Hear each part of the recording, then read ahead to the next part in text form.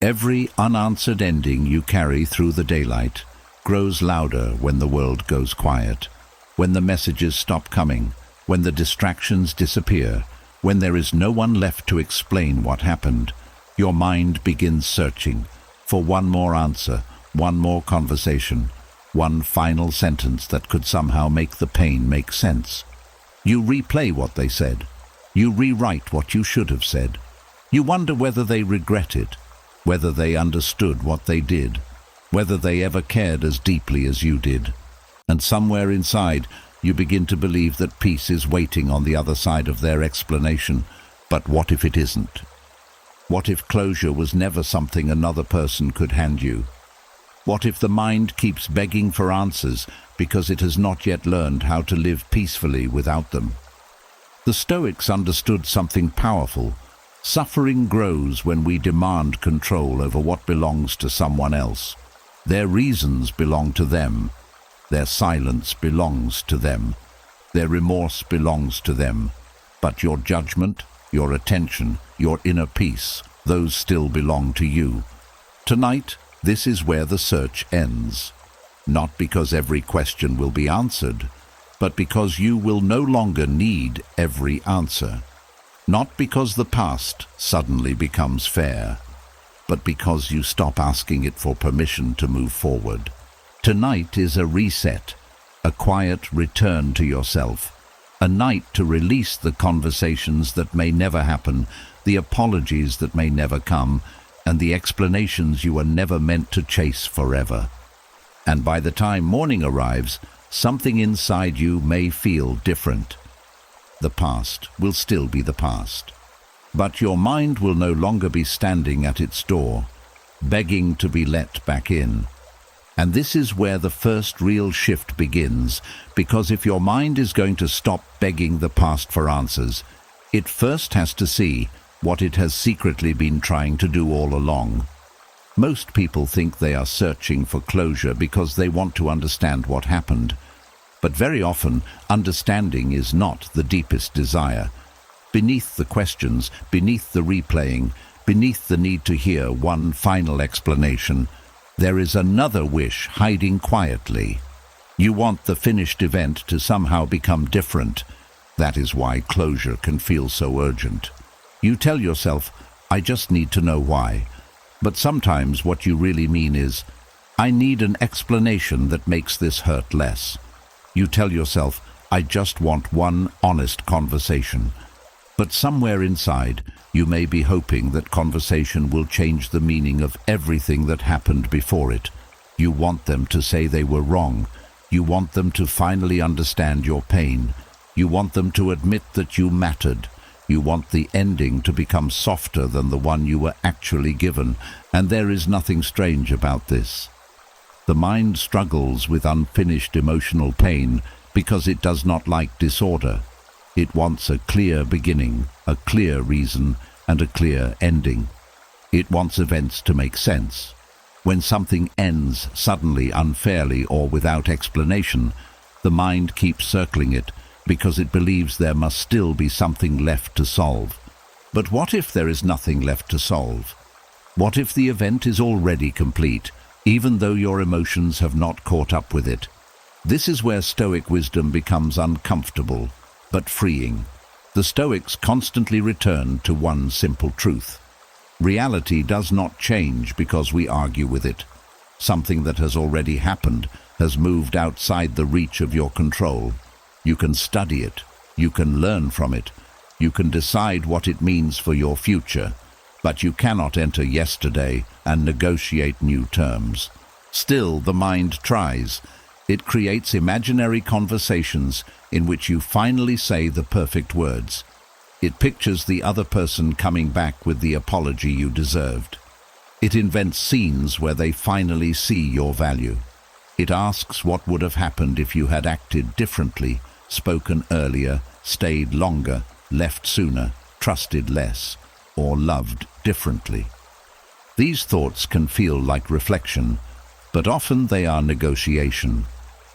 The mind is standing in front of a locked door, trying different keys long after the room behind it has become empty.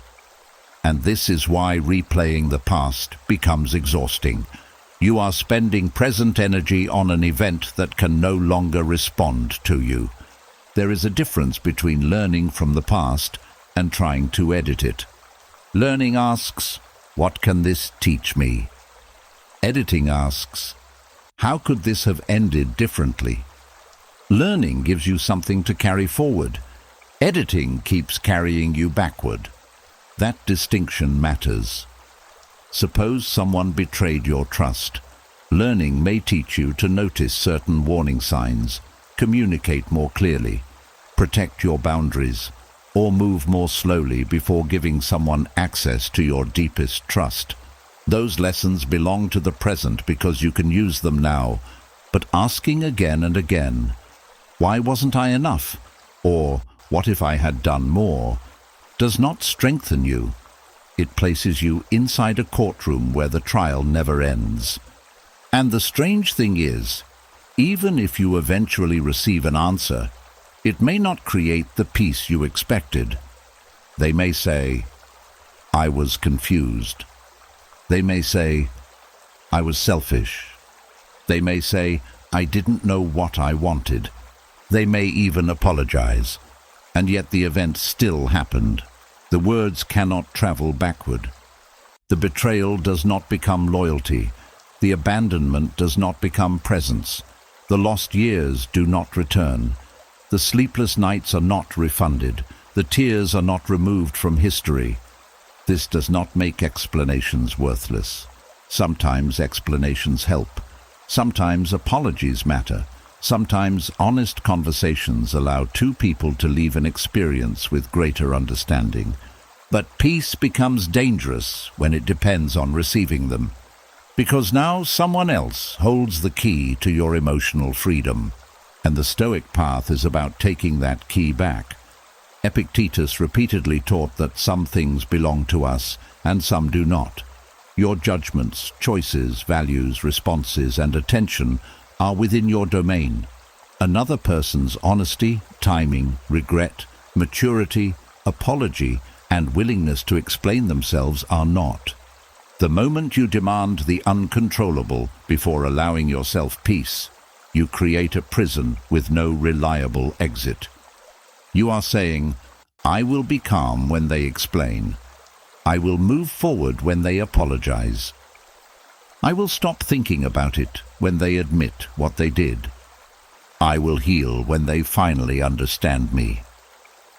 But what happens if they never do? Does your life remain suspended forever? Of course not. At some point, you have to decide that your future cannot remain hostage to someone else's unfinished character. This does not mean pretending the past did not matter. Stoicism is not emotional denial. You are allowed to acknowledge what hurt you. You are allowed to admit that something was unfair. You are allowed to grieve the relationship, opportunity, trust, or version of life that disappeared.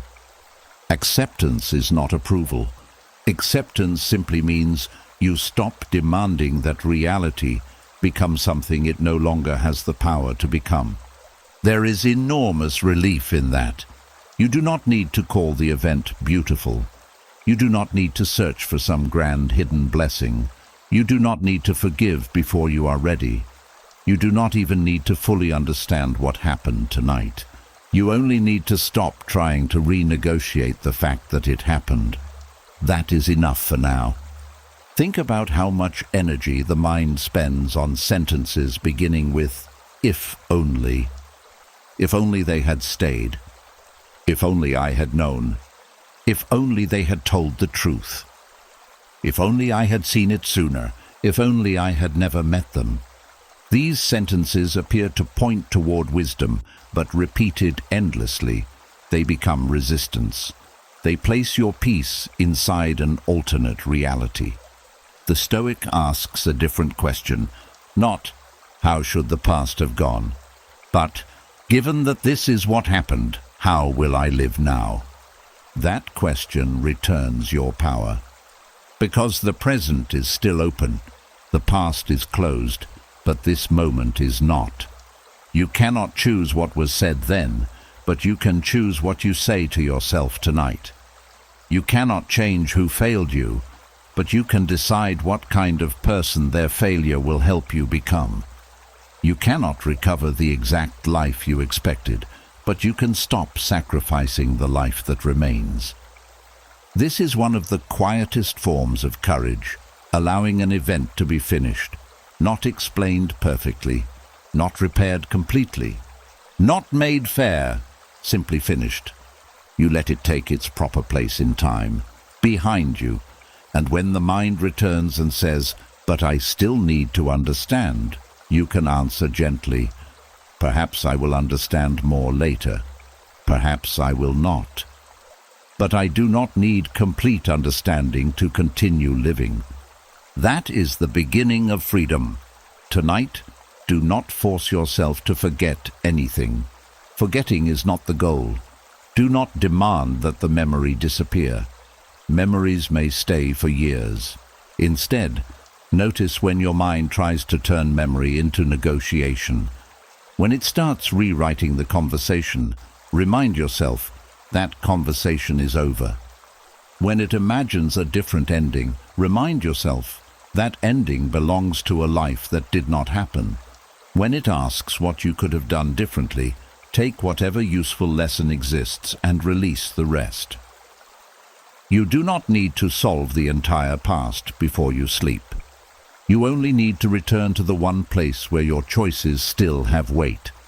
Here, now, this breath, this night, this present life, and perhaps closure begins much more quietly than you expected. Not with someone finally giving you the perfect explanation, not with the past becoming acceptable, but with you looking at what has already happened and saying, without anger, without denial, and without begging, "It is finished, and I am still here." And once you stop trying to rewrite what is already finished, another truth begins to surface. Sometimes the person you are waiting on for clarity is the very person least capable of giving it to you. That can be hard to accept, because pain creates a strange expectation. The person who caused the confusion should explain it. The person who broke the trust should repair it. The person who walked away should come back with the sentence that finally makes everything make sense. But what if they cannot? What if the same confusion, avoidance, selfishness, fear, or emotional immaturity that caused the wound is also the reason they cannot give you the explanation you keep waiting for? This is where many people remain trapped without realizing it. They keep asking an unclear person for clarity. They keep asking an avoidant person for honesty. They keep asking a selfish person for empathy. They keep asking someone who ran from responsibility to suddenly become responsible enough to explain everything. And every time the answer disappoints them, they go back again. One more conversation, one more question, one more attempt to understand. But sometimes the problem is not that you have not asked the right question. Sometimes you are asking the wrong person to give you peace. There is a painful contradiction in expecting the source of confusion to become the source of healing. Think about it. If someone could not communicate honestly while they were hurting you, why assume they will communicate perfectly afterward? If they did not understand their own behavior then, why assume they suddenly understand it now? If they avoided responsibility when it mattered, why assume they will embrace responsibility simply because you need closure? People do not become emotionally wise just because we are wounded. That is one of the hardest truths to accept. Your pain does not automatically create character in someone else. Your tears do not force honesty into them. Your questions do not create self-awareness where there was none. Your suffering does not guarantee remorse. And once you understand this, something inside you begins to loosen. You stop waiting for another person to become someone they have never shown themselves capable of being. This is not bitterness, it is clarity. The Stoics believed that wisdom begins when you see reality as it is, not as you wish it would be. That includes people. Not the version of them you hoped for, not the version they promised to become, not the version you believe they should be, the version they have actually shown you. This matters because much of emotional suffering comes from the gap between who someone is and who we keep demanding they become. You say they should explain, they should apologize, they should admit what they did, they should understand your pain, they should care enough to make it right. Maybe they should. But should does not change character. It does not create courage. It does not create honesty. It does not create maturity. And if your peace depends on someone suddenly developing those qualities, you have placed your healing in uncertain hands. There is a difference between believing someone owes you an explanation and making that explanation necessary for your recovery. They may owe you honesty. They may owe you an apology. They may owe you accountability. But your life cannot remain frozen until they decide to pay that debt. Because some people never do. Some people protect themselves with excuses. Some change the story to avoid guilt. Some minimize what happened. Some convince themselves that they had no choice. Some avoid thinking about it altogether. And some genuinely do not understand themselves well enough to explain why they behaved the way they did. This is why another person's explanation can sometimes create more confusion instead of less. You ask why they hurt you. They give you one answer. Days later, another detail does not fit, so you ask again.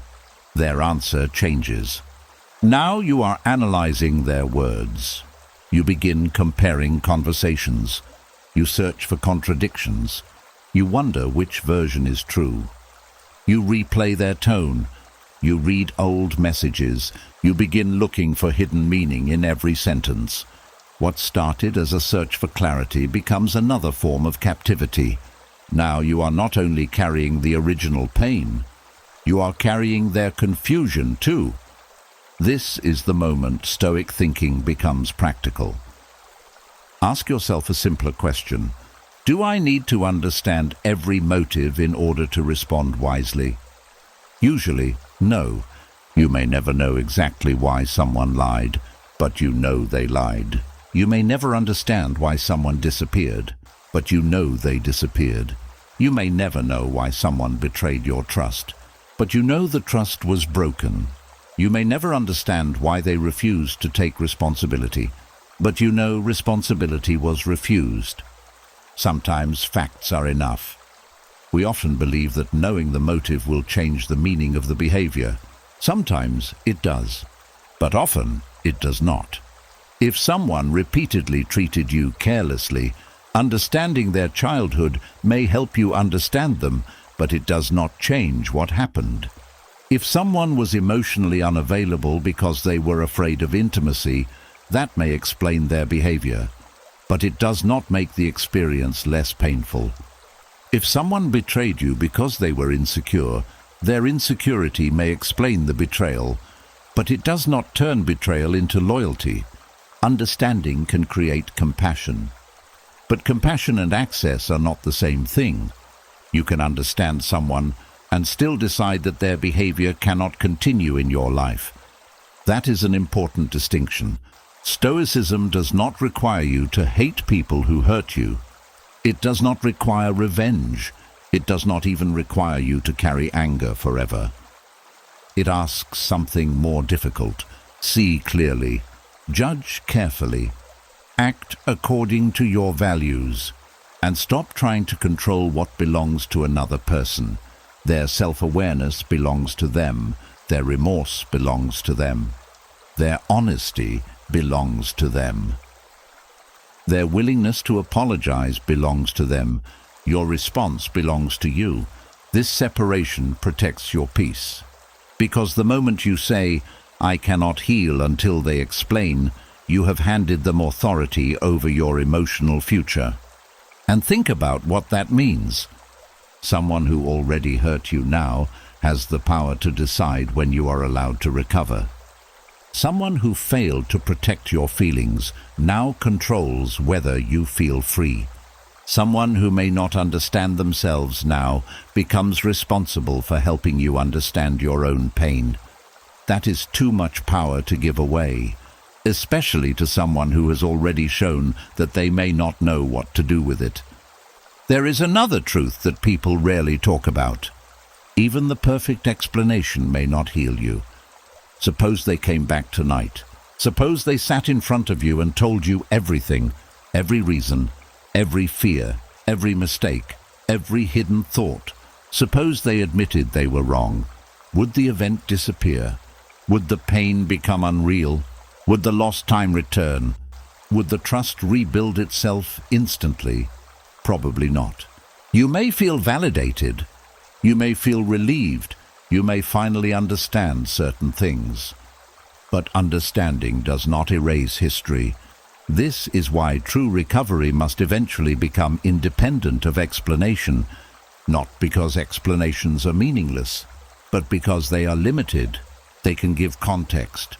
They can confirm your experience. They can answer questions, but they cannot do the inner work for you. That work still belongs to you.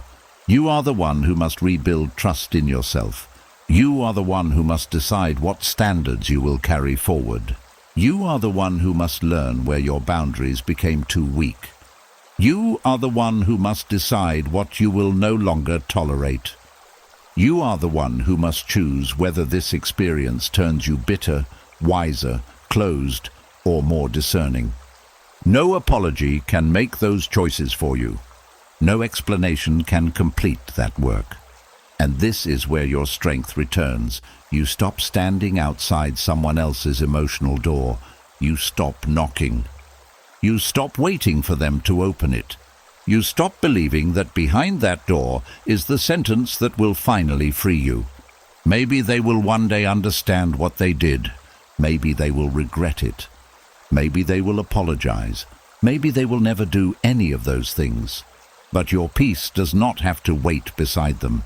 Tonight, let this thought settle deeply. You can acknowledge that someone failed you without requiring them to explain the failure. You can accept that you were hurt without asking the person who caused the hurt to become your healer. You can recognize that something was wrong without needing the other person to agree. You can trust your own experience. You can believe what repeated behavior showed you. And you can move forward without a final confession. This does not mean you stop caring. It means you stop outsourcing your recovery. You stop treating someone else's maturity as the missing ingredient in your healing.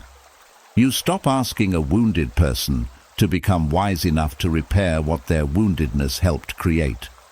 And perhaps the most freeing sentence you can carry into this night is this: they may never understand themselves well enough to explain what happened to me, but I understand enough to choose peace now.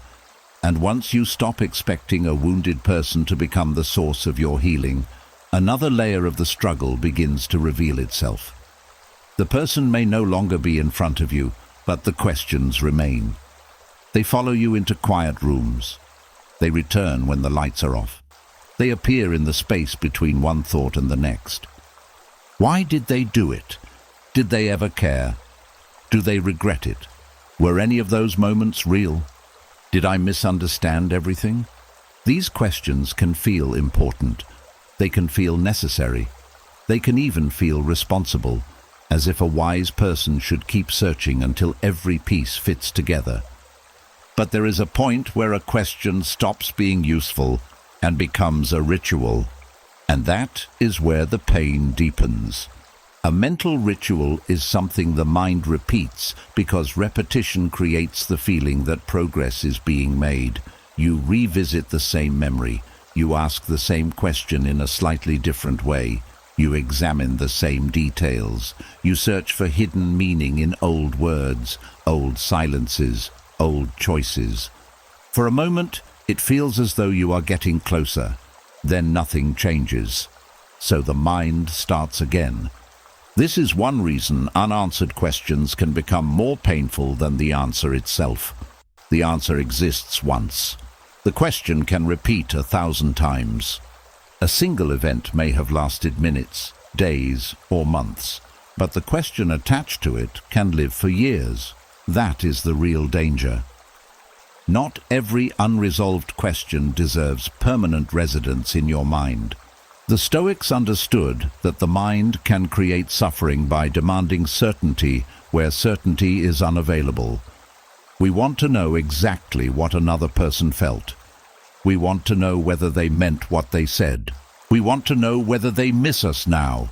We want to know whether they understand the damage they caused. But these are often things we cannot fully verify. And when the mind cannot verify them, it begins to invent. Maybe they never cared. Maybe they cared more than they showed. Maybe they regret everything. Maybe they sleep peacefully and never think about it. Maybe they were using you. Maybe they loved you but did not know how to act well. The possibilities multiply, and every possibility creates a new emotional reaction. This is how one unanswered question can become 10, then 50, then a whole private world of guesses. You are no longer responding to what happened. You are responding to possibilities about what happened. That distinction matters because a possibility has no natural ending. You can always create one more theory, one more interpretation, one more reason, one more hidden motive. The mind can keep doing this forever, and that is why the Stoic reset is not about finally finding the perfect answer. It is about learning when to stop asking.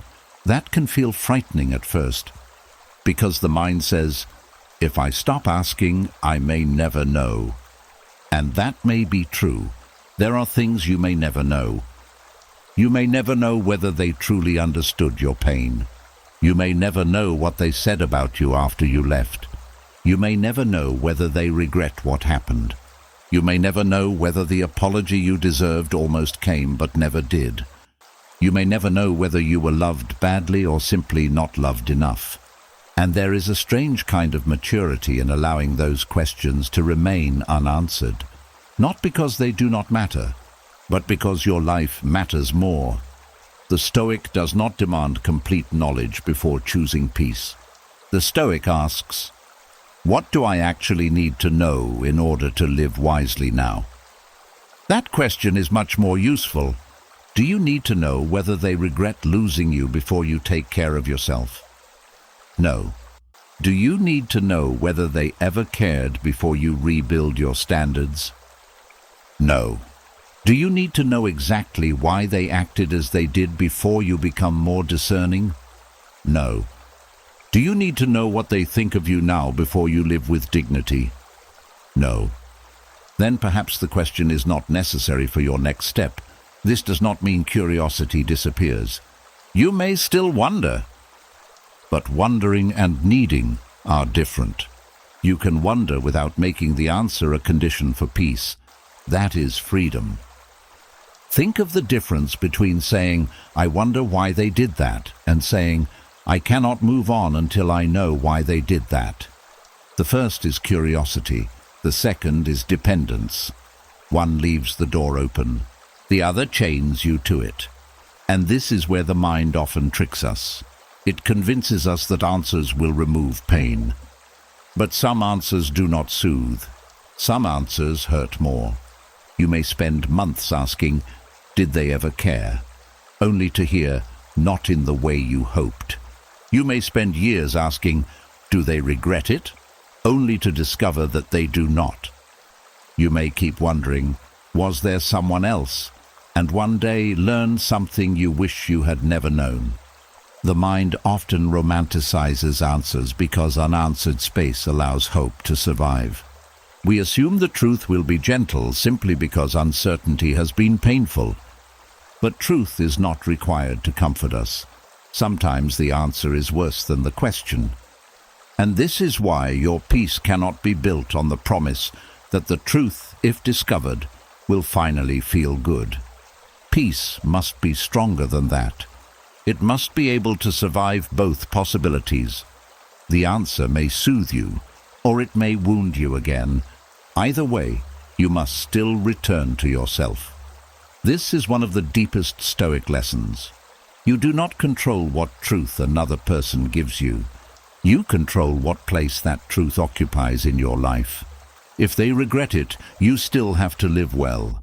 If they do not regret it, you still have to live well. If they cared, you still have to live well. If they did not, you still have to live well. If they misunderstood you, you still have to live well. If they understood you completely and acted badly anyway, you still have to live well. Notice how every road eventually returns to the same place. Your own character, your own choices, your own life. That is the place the mind keeps trying to escape when it obsesses over someone else's answers. Because focusing on their motives is sometimes easier than facing your own next step. As long as you are asking, why did they do it, you do not have to ask, what will I do now? As long as you are asking, do they miss me? You do not have to ask, what am I building without them? As long as you are asking, do they regret it? You do not have to ask, why am I still giving their regret so much power? Questions can become hiding places. That is something worth noticing. Not all thinking is healing. Some thinking is avoidance wearing intelligent clothing. It sounds deep. It feels serious. But it keeps you in the same emotional room. The Stoic Night Reset asks you to become more selective. When a question rises tonight, do not immediately chase it. Pause. Ask yourself, can this question be answered?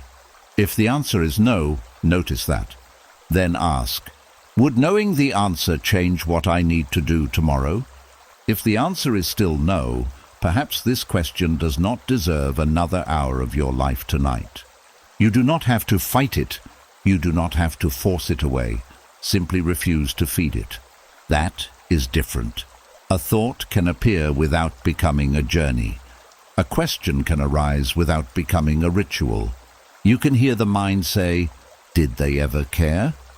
And instead of entering a 20-minute debate with yourself, you can answer, I may never know. Then return to your breath. The mind may ask again, do they regret it? You can say, that belongs to them. Then return to the room. Return to the bed. Return to the night. Return to what is real. This practice may seem small, but it is powerful. Because every time you refuse to follow an unanswerable question, you teach the mind something new. You teach it that uncertainty is survivable. You teach it that not knowing is uncomfortable, but not dangerous. You teach it that peace does not require every mystery to be solved. This is especially important because life is full of incomplete information. You will never know exactly what everyone thought of you. You will never understand every choice that affected you. You will never receive every apology. You will never discover every hidden reason. A peaceful mind is not one that has solved all of life's mysteries. It is one that no longer demands impossible certainty before it rests. That is a much deeper kind of strength. And there is something else worth remembering. Sometimes the question itself keeps the connection alive. If you keep asking what they feel, what they think, what they regret, what they remember, then part of your attention is still living in their world. You may no longer speak to them. You may no longer see them. But mentally, you are still checking in, still visiting, still waiting, still measuring your worth against an answer that may never come. The question becomes a thread. And every time you repeat it, you pull that thread tight again. The Stoic reset is the moment you stop pulling. You do not need to cut the memory out of yourself. You simply stop tightening the connection through endless questioning. Tonight, let some things remain unknown. Let uncertainty sit in the room without turning it into an emergency. Let the mind ask its question. Then let the question pass unanswered. You do not need to solve everything before morning. You do not need to know whether they cared. You do not need to know whether they regret it. You do not need to know what they would say if they were sitting beside you right now. You only need to know this. You are here, the night is here, your life is still moving, and peace can exist in the same room as an unanswered question. That may be the closure your mind has been searching for all along. Not the perfect answer, but the moment you realize you can finally rest without one. And once you learn that peace can exist without every question being answered, another hidden belief begins to loosen. The mind often begs for closure because it still believes someone else controls the final page. It believes the story cannot truly end until they say the right words, admit what happened, return with an explanation, or give you the ending you were denied. But that belief gives away far more power than it seems. Because the moment you decide that another person must complete the emotional story, you make your peace dependent on their participation. You are no longer simply remembering what happened. You are waiting for them to finish it. Maybe you want one final conversation. Maybe you want them to admit they were wrong. Maybe you want them to tell you that what happened mattered. Maybe you want them to recognize what you gave, what you endured, what you lost. And underneath all of that is one quiet assumption. The ending still belongs to them. That is the part Stoicism asks you to challenge. Not their final words, not their choices, not what they did, but the belief that they still hold authority over what the experience becomes inside you. Because they do not. They may have controlled how they left. They may have controlled whether they apologized. They may have controlled whether they explained themselves. They may have controlled the last conversation. But they do not control the meaning you carry forward. That part is still yours. This is where authorship returns. You may not have chosen the event, but you still choose what you build from it. You may not have chosen the betrayal, but you still choose whether it teaches you discernment or turns you suspicious of everyone. You may not have chosen the abandonment, but you still choose whether it becomes proof that you are unlovable or proof that someone else was unable to stay. You may not have chosen the disrespect, but you still choose whether it becomes your identity or your boundary. That is a very different kind of closure. It does not depend on cooperation. It does not require a final meeting. It does not wait for permission. It happens when you stop asking someone else to write the meaning of what happened to you. This matters because people often confuse the end of an event with the end of its interpretation. The event may already be over. The relationship may be finished. The conversation may never happen again. The person may already be gone, but the interpretation is still alive, and that is where your freedom still exists. Two people can live through the same ending and carry completely different meanings from it. One person says, "I was rejected, so I must not have been enough." Another says, "I was rejected, and it hurt, but their choice does not define my worth." One says, "They left, so everything we had must have been fake." Another says, "They left, and whatever was real before does not change the fact that the ending became unhealthy." One says, "They never apologized, so I can never move on." Another says, "They never apologized, and that tells me something about them, not about whether I am allowed to heal." The event is the same. The meaning is not, and meaning shapes what comes next. This is why Stoic wisdom places so much emphasis on judgment. Not judgment in the sense of condemning everyone around you. Judgment in the sense of deciding what something means. The Stoics understood that events enter your life, but your interpretation determines how deeply they govern you. That does not mean you can simply decide that something painful was wonderful. That would be false. It means you can refuse to add a second wound by attaching destructive meaning to the first. Someone left. That is the event. I am impossible to love. That is an interpretation. Someone lied. That is the event. I can never trust anyone again.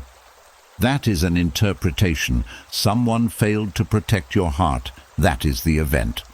I must harden myself forever. That is an interpretation. Do you see the difference? The event may belong to the past, but the interpretation is still happening now, and that is where your power lives. This is one of the most important things to understand about emotional endings. You do not need to control how the story ended in order to control what role it plays in your future. You can decide that the experience was painful without making it permanent. You can decide that someone failed you without deciding that everyone will. You can decide that you were naive without deciding that you are foolish. You can decide that you stayed too long without turning that into a lifelong sentence against yourself. You can decide that you ignored certain signs without spending the next 10 years punishing yourself for not seeing them sooner. That is authorship, not rewriting history, not pretending, not changing facts, choosing what the facts will mean from this point forward. And this is where many people wait too long. They believe their emotional story has not ended because the other person never gave them a final line. But why should the last line belong to the person who hurt you? Why should their silence become the final sentence? Why should their refusal to apologize become the conclusion? Why should their version of events become the version you carry forever? It does not have to. You are allowed to finish the story differently inside yourself, not by changing what happened, but by choosing what happens next. Maybe the final sentence is not, "They never explained." Maybe it is, "I stopped needing them to." Maybe the final sentence is not, "They left me broken." Maybe it is, "I discovered what I would no longer accept." Maybe it is not, "They chose someone else." Maybe it is, "I stopped measuring my value through their choice." Maybe it is not, "They never understood me."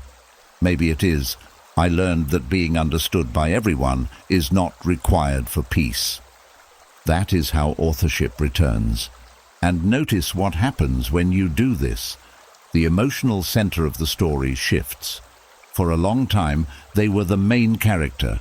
What they did, what they said, what they meant, what they felt, what they regret, what they might do one day.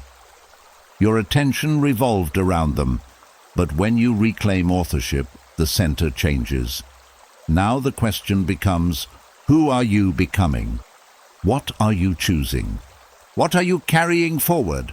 What are you leaving behind? That is a much healthier story, because you are finally back inside your own life. The Stoic does not say, "Nothing that happened matters." The Stoic says, "What happened matters, but it does not get unlimited authority over what comes next." There is dignity in that. A painful ending can become a teacher without becoming a ruler. A betrayal can sharpen your standards without poisoning your heart. An abandonment can reveal where you abandoned yourself. A disappointment can teach you the difference between hope and evidence. A loss can remind you that love and permanence are not the same thing. Those meanings belong to you. No one can give them to you, and no one can take them away. This is why waiting for someone else to complete the story becomes unnecessary. They may never say the words you hoped for. They may never understand the part they played. They may continue telling themselves a version that protects their pride. Let them. Their version belongs to them. You do not need to enter their mind and correct every sentence. You do not need to win the argument in their memory. You do not need to become the hero in their version of the past. That is another form of freedom. Because sometimes we are not only waiting for closure, we are waiting to be correctly remembered.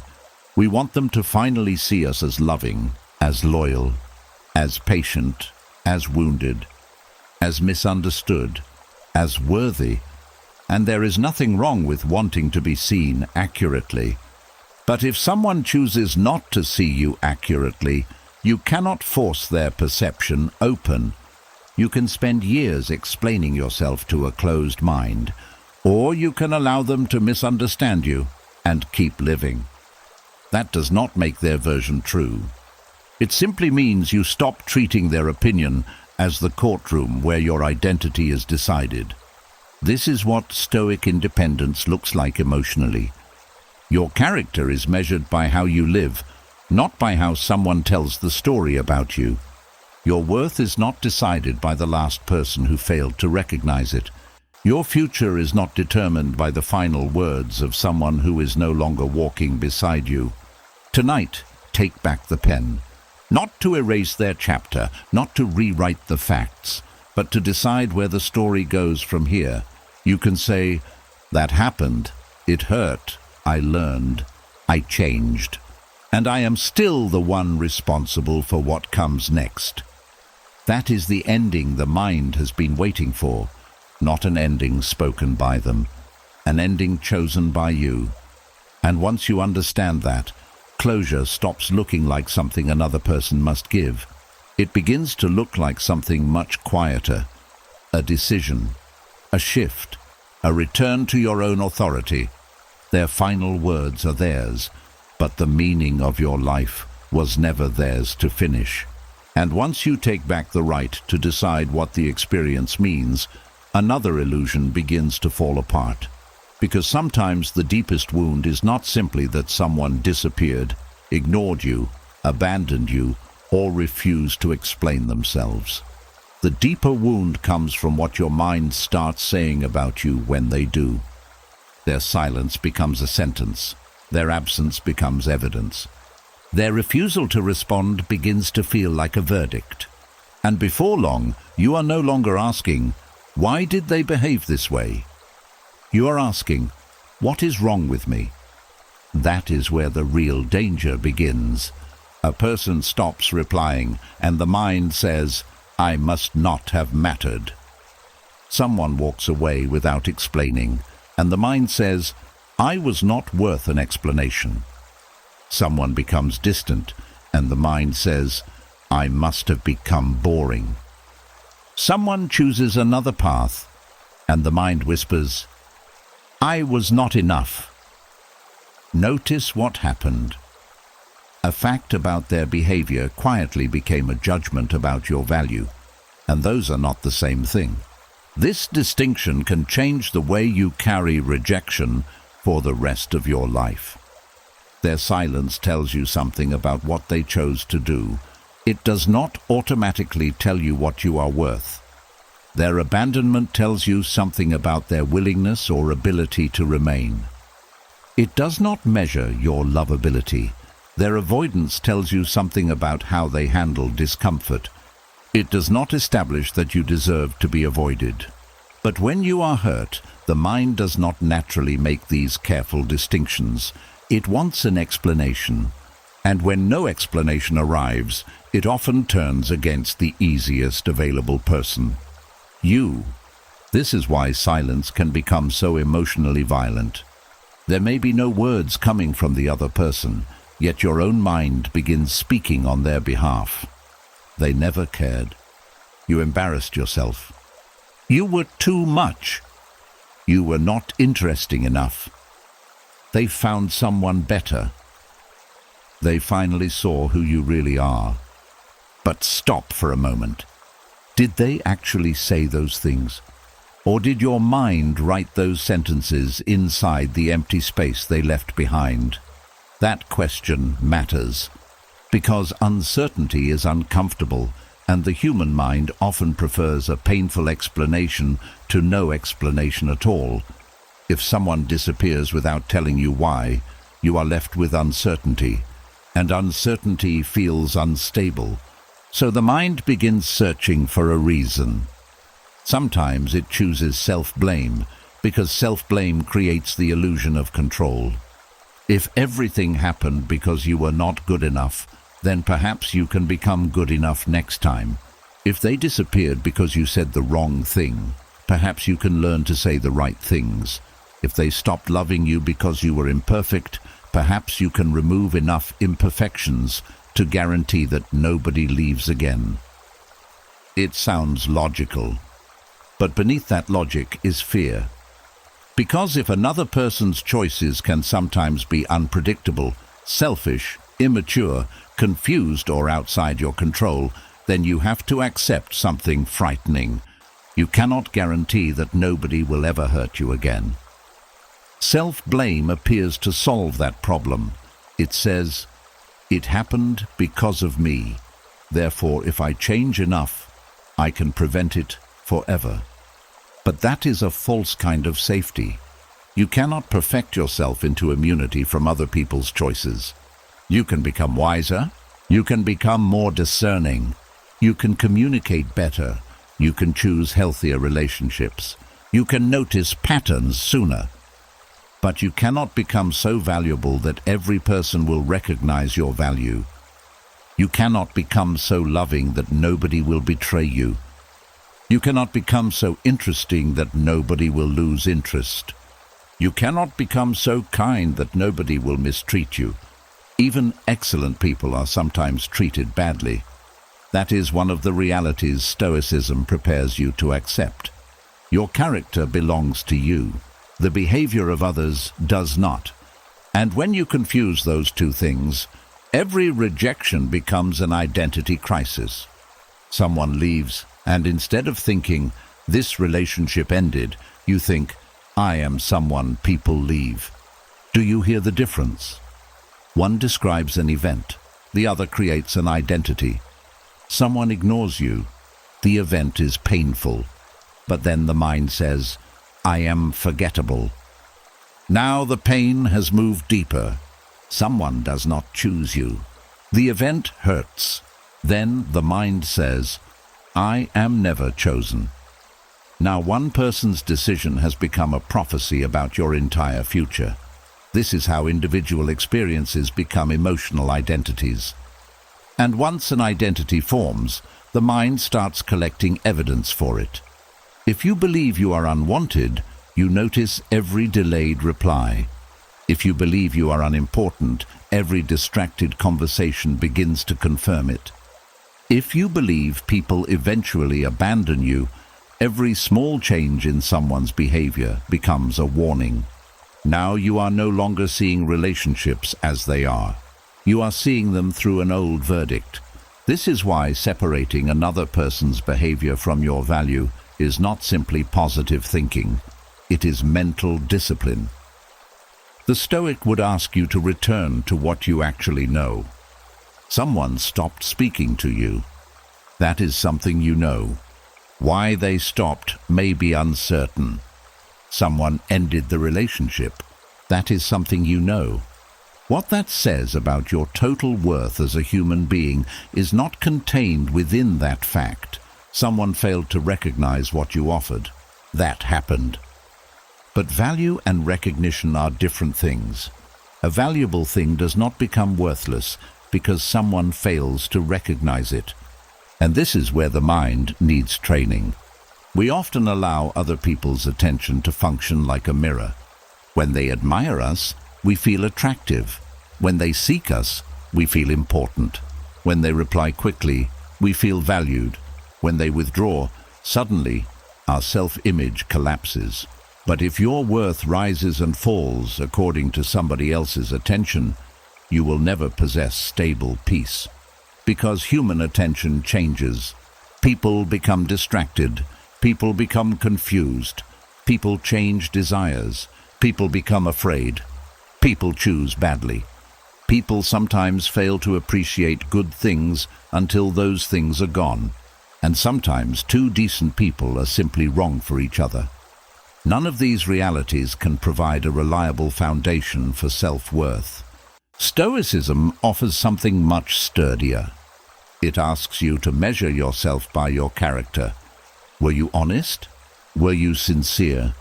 Did you act with dignity? Did you try to communicate clearly? Did you respect yourself and the other person? When you made mistakes, did you take responsibility? Did you learn? Are you becoming wiser? These questions belong to you, and unlike another person's attention, you can actually work with them. This does not mean you declare yourself perfect, Perhaps you made mistakes. Look at them. Perhaps you ignored signs. Learn from them. Perhaps you became dependent, reactive, jealous, dishonest, or careless. Take responsibility where responsibility truly belongs. Stoicism never asks you to escape honest self-examination.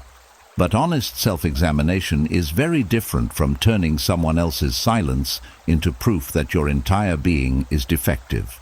One improves character, the other destroys it. There is wisdom in being able to say, "I made mistakes," without turning that into, "I am a mistake." You can admit, "I should have handled that differently," without concluding, "That is why I deserve abandonment." You can recognize your imperfections while refusing to interpret another person's behavior as a complete assessment of who you are. That is emotional maturity. And this becomes especially important when you have been ghosted. Being ghosted can feel uniquely painful because there is no formal ending. No clear goodbye, no explanation. One day there is contact, then less, then nothing. And the mind is left alone with an empty chair, so it fills the chair with accusations. What did I do? Was I annoying? Did I say too much? Was I not attractive enough? Were they pretending the entire time? But silence itself cannot answer those questions. All silence tells you with certainty is that communication stopped. And perhaps something else. It may tell you that this person chose not to, or could not, communicate an ending directly. That information is meaningful. But notice where the information points, toward their method of handling the situation, not toward your human worth. Someone else's inability to communicate respectfully does not make you undeserving of respectful communication. This distinction protects you from internalizing another person's limitations. The same applies to abandonment. People leave for countless reasons. Sometimes because they are afraid. Sometimes because they want something different. Sometimes because the relationship genuinely does not work. Sometimes because they lack the maturity to repair conflict. Sometimes because they are selfish. Sometimes because life simply pulls two people in different directions. You may be responsible for part of what happened. You may be responsible for none of it. But another person leaving cannot tell you the complete truth about your worth. One person's preference is not a universal measurement. One person's inability to love you well is not proof that you cannot be loved well.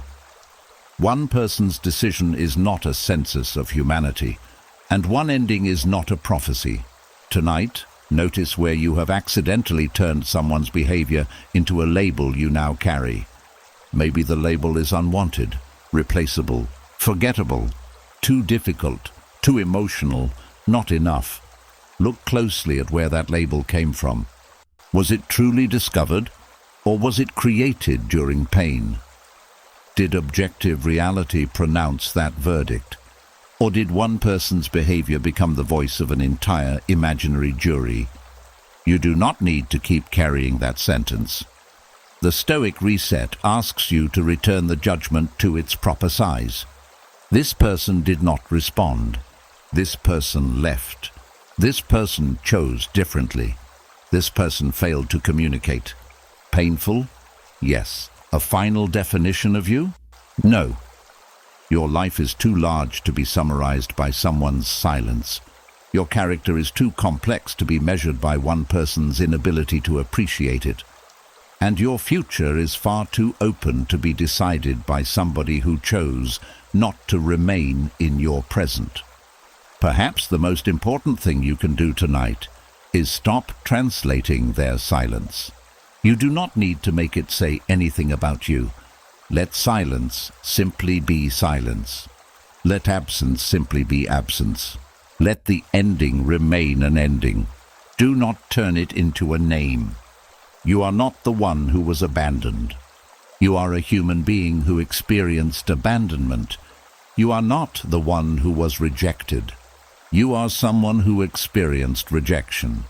You are not the person nobody chooses. You are someone who was not chosen by a particular person at a particular time. Language matters, because the words you repeatedly use become the shape of your inner world. And the goal tonight is not to convince yourself that rejection never hurts. It does. The goal is to refuse to let pain become identity. Their silence belongs to their story. Your worth belongs somewhere deeper. And when your mind finally understands the difference, something remarkable happens. You stop listening to absence as though it is speaking. You stop treating unanswered messages like judgments. You stop asking another person's departure to tell you who you are. And slowly, quietly, you return to the one measure the Stoics would trust most. Not who stayed, not who left, not who approved, not who understood, but the person you choose to become after all of them are gone. And once you stop treating another person's silence as a verdict about your worth, something else becomes easier to see. Sometimes there was an explanation. It just did not arrive in words. It arrived in patterns. It arrived in the way they avoided difficult conversations, in the way they disappeared whenever responsibility appeared, in the way their promises sounded sincere, but their actions kept moving in the opposite direction, in the way they asked for understanding while refusing to offer any. And this can be one of the hardest forms of closure to accept, because the mind still waits for a sentence. It wants them to say, "This is who I am." But people rarely explain themselves that clearly. More often, they show you, again and again and again. That is the part many people miss. We are often so focused on verbal explanations that we ignore behavioral ones. Someone says, "I care about you," but they disappear every time you need honesty. Someone says, "I'm trying," but nothing changes. Someone says, "I never meant to hurt you," but the same harm keeps happening. Someone says, "You matter to me," but their choices consistently make you feel optional. At some point, you have to ask a difficult question. Which version deserves more weight, the words or the pattern? Stoicism teaches you to respect reality more than promises. Not because words are meaningless, but because repeated behavior is usually harder to fake. Anyone can say the right thing once. Anyone can apologize when they fear losing access to you. Anyone can make a promise in an emotional moment. But character becomes visible through repetition. How do they behave when they are uncomfortable? How do they respond when they are wrong? What happens when honesty costs them something? Do they become defensive? Do they disappear? Do they blame? Do they distort what happened? Do they return only when they are lonely? Do they become kind only when they fear consequences? Those moments reveal more than polished explanations ever could. And this is why the missing explanation is sometimes the explanation. Their avoidance is information. Their inconsistency is information. Their refusal to take accountability is information. Their silence when courage was required is information. Their habit of disappearing instead of communicating is information. The mistake is assuming that information only counts when someone puts it into words. But life does not work that way. You do not need a person to formally announce their limitations before those limitations become real. A door that never opens is still closed. A promise that is never kept is still broken. A person who repeatedly refuses responsibility is still showing you something, even if they never say, "I refuse responsibility." This is where the Stoic mind becomes calm. It stops demanding confession. It stops saying, "I need them to admit what kind of person they were." Why? Because their admission does not create the truth. The truth existed before the confession. If someone lied repeatedly, they do not need to say, "I was dishonest." before you are allowed to recognize dishonesty. If someone avoided every serious conversation, they do not need to say, "I was emotionally avoidant," before you are allowed to acknowledge the pattern. If someone continually blamed you for their behavior, they do not need to say, "I refused accountability," before you are allowed to see it. You can trust what happened. That sounds simple, but for many people, it is not. Because when you care about someone, the mind becomes generous with explanations. Maybe they are stressed. Maybe they are afraid. Maybe they had a difficult childhood. Maybe they do not know how to communicate. Maybe they did not mean it. Maybe they need more time. Maybe this time will be different. Compassion begins to replace observation, and compassion is good. But compassion without clarity can become self-betrayal. You can understand why someone behaves badly and still recognize that the behavior is bad for you.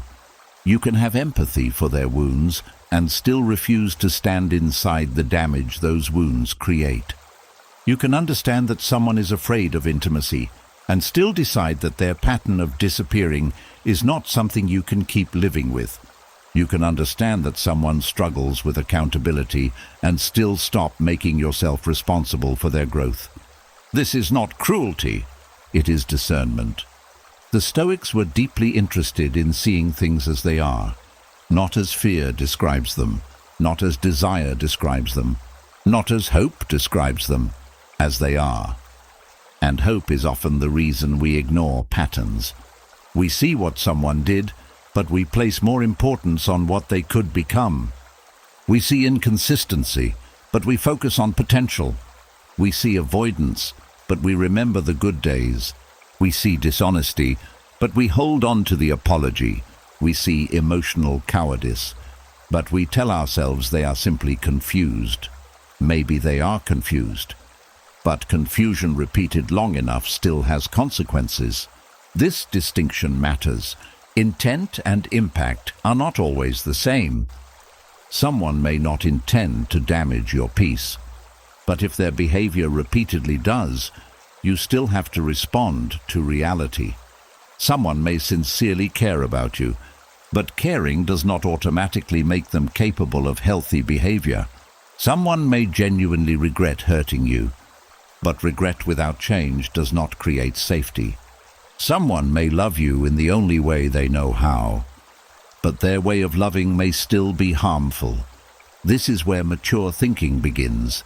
You stop asking only, "Do they care?" You start asking, "What does their care actually look like in practice?" That question is far more revealing, because love is not only a feeling, respect is not only a feeling, loyalty is not only a feeling, responsibility is not only a feeling. Character is what those feelings become when choices are required, and repeated choices tell a story.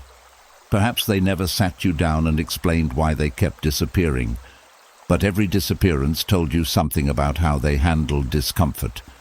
Perhaps they never admitted why they kept breaking promises, but every broken promise told you something about the reliability of their word. Perhaps they never explained why they became cold whenever you expressed a need, but that reaction still revealed something about their capacity for emotional responsibility. Do you need more evidence than repeated behavior? That is the question. Because sometimes the search for explanation becomes a way to postpone acceptance. If you keep saying, "I just need to understand why," you do not yet have to act on what you already know. You can keep waiting, keep hoping, keep giving another chance, keep interpreting, keep explaining their behavior back to yourself, and that delay can become expensive. It costs time, it costs confidence, it costs sleep, it costs your ability to trust your own perception. This is especially damaging when someone's words and actions continually conflict. When that happens, the mind starts doubting itself. They say they care, but you feel neglected. They say everything is fine, but their behavior is cold. They say you are important, but you are always the one waiting. They say they want to change, but nothing changes. Now your mind is forced to choose between what you hear and what you experience. And if you consistently choose their words over your experience, you slowly learn not to trust yourself. That is dangerous. Stoic thinking brings you back to evidence. What actually happened? Not what was promised, not what was intended, not what could happen one day. What happened? Did the behavior change? Did accountability appear? Did consistency improve? Did their actions begin matching their words? If not, then the pattern remains, and patterns deserve attention. There is a reason repetition matters. A single mistake may be a mistake. A bad day may be a bad day. One moment of fear may simply be human weakness. Stoicism does not ask you to condemn people for being imperfect. You are imperfect too. Everyone is. But repeated behavior after awareness is different. If someone knows the behavior hurts you and keeps doing it, that tells you something. If they apologize but repeat the same pattern without effort to change, that tells you something. If every conversation ends with promises and every promise ends with the same outcome, that tells you something. The information is no longer hidden. You may not like what it says, but it is there. This is why you must be careful not to confuse explanation with transformation. Someone can explain themselves beautifully and remain exactly the same. They can describe their fears. They can tell you about their childhood. They can admit their flaws. They can cry. They can sound deeply self-aware. But self-awareness without changed behavior is still incomplete. The question is not only, do they understand what they are doing? The question is, what are they doing with that understanding? That is where character becomes visible. Stoicism places enormous value on action, not performance, not image, not emotional speeches. Action. A person becomes what they repeatedly choose, and so do you, which means your task is not to decode them forever. Your task is to decide what you will do with the information already in front of you. Maybe the information tells you to create distance. Maybe it tells you to stop expecting emotional maturity from this person. Maybe it tells you to lower your expectations. Maybe it tells you to end the relationship. Maybe it tells you to forgive without reopening the door. Maybe it simply tells you to stop being surprised by a pattern you have already seen many times. That last one matters. A large amount of suffering comes from repeatedly expecting different behavior from someone who has repeatedly shown you the same pattern. You know they avoid difficult conversations, yet every time they disappear you feel shocked. You know they promise more than they deliver, yet every new promise feels like a fresh beginning. You know they become defensive when confronted, yet you keep expecting calm accountability. At some point, wisdom means letting reality become predictable, not cynical. Predictable. You stop expecting a tree to produce fruit it has never produced. You stop standing beneath it every season, asking what is wrong with you. The tree is simply showing you what kind of tree it is. And the Stoic response is not rage. It is adjustment. You change your expectations. You change your distance. You change what you entrust to them. You change how much of your emotional stability depends on their choices. That is power, not controlling them, seeing them clearly. Tonight, you do not need to solve another person. You do not need to understand every hidden motive. You do not need them to confess. You do not need the perfect explanation. Look at the pattern.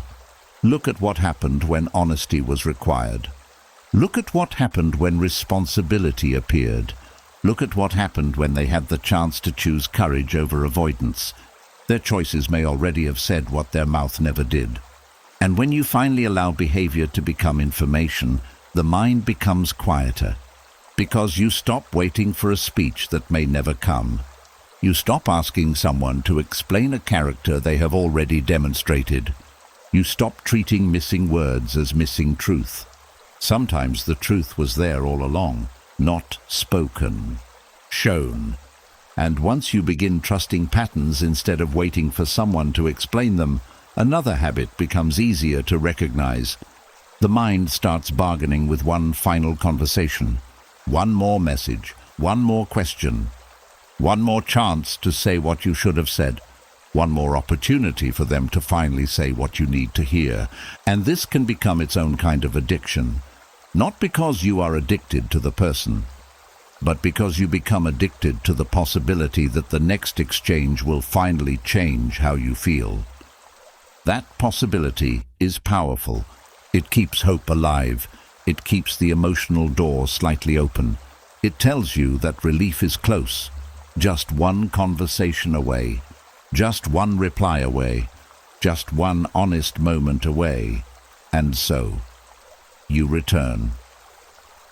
You reread the old messages. You replay the last conversation. You think of better words. You mentally prepare speeches they may never hear. You picture yourself sitting across from them, finally calm, finally clear, finally saying everything exactly right. Then you picture their response. Maybe they apologize. Maybe they admit what they did. Maybe they tell you that you mattered. Maybe they finally understand what they lost. And for a few moments, even imagining it can feel relieving. But then reality returns. The conversation has not happened. The message has not arrived. The person has not changed. So the mind starts again. This is how closure becomes addictive. The reward is not closure itself. The reward is anticipation, the hope that relief might be coming. And anticipation can keep a person emotionally attached far longer than love alone. Because hope says, do not let go yet. Something may still happen. There may still be one last moment that changes everything. That is the cycle Stoicism interrupts. Not by telling you that conversations are useless. Sometimes conversations matter. Sometimes people do apologize. Sometimes clarity is possible. But Stoicism asks a deeper question. Why should your tranquility depend on a conversation that has not happened? Why should your peace be built on another person's future response? That is a fragile foundation. Because their response is not yours to command. They may reply warmly. They may reply coldly. They may refuse to answer. They may misunderstand you. They may become defensive. They may say something you never expected. They may give you the apology you wanted and still leave you feeling empty. And if your emotional stability depends on one of those outcomes, then your peace is resting in someone else's hands. Again, this is what makes the cycle so exhausting. Each new attempt contains the possibility of relief, but also the possibility of a fresh wound. You send the message. Then you wait. Now the mind is no longer thinking only about the original event. It is watching the phone, checking the time, reading the notification bar, wondering whether they saw it, wondering why they have not replied, wondering what their silence means. You wanted closure. Now you have created a new uncertainty. And sometimes this happens repeatedly. One conversation creates another question. One answer creates another doubt. One apology contains a phrase you begin analyzing. One final message becomes the beginning of another mental argument. The mind keeps saying, maybe one more. That is how you know the conversation itself is no longer the real issue. You are searching for an emotional state. You want relief. You want certainty. You want dignity restored. You want the tension inside your body to finally disappear. And because those feelings seem connected to the other person, the mind assumes the other person must be the one to change them. But that assumption is where freedom is lost. Another person's words can influence how you feel. They cannot permanently regulate how you feel. That responsibility eventually returns to you. This is why one more conversation so rarely does what the imagination promised. Before it happens, the conversation feels powerful. You think, if I can just explain myself properly, I will feel better. So you explain. Maybe they listen. For a moment, there is relief. Then later that night, another thought appears. But did they really understand? So the mind wants confirmation. You ask another question. Now you need another response. The goalpost moves. This is important to notice. When inner peace depends on external reassurance, reassurance rarely feels complete for long. The mind develops another condition. I will be okay if they admit it. Then they admit it. Now it becomes, I will be okay if they explain why. They explain why. Now, I will be okay if I know they regret it. They say they regret it now. But do they regret losing me, or only regret what they did? There is always another question available. That is why tranquility cannot be built this way. You cannot satisfy an endless need with finite answers. At some point, the need itself must be understood.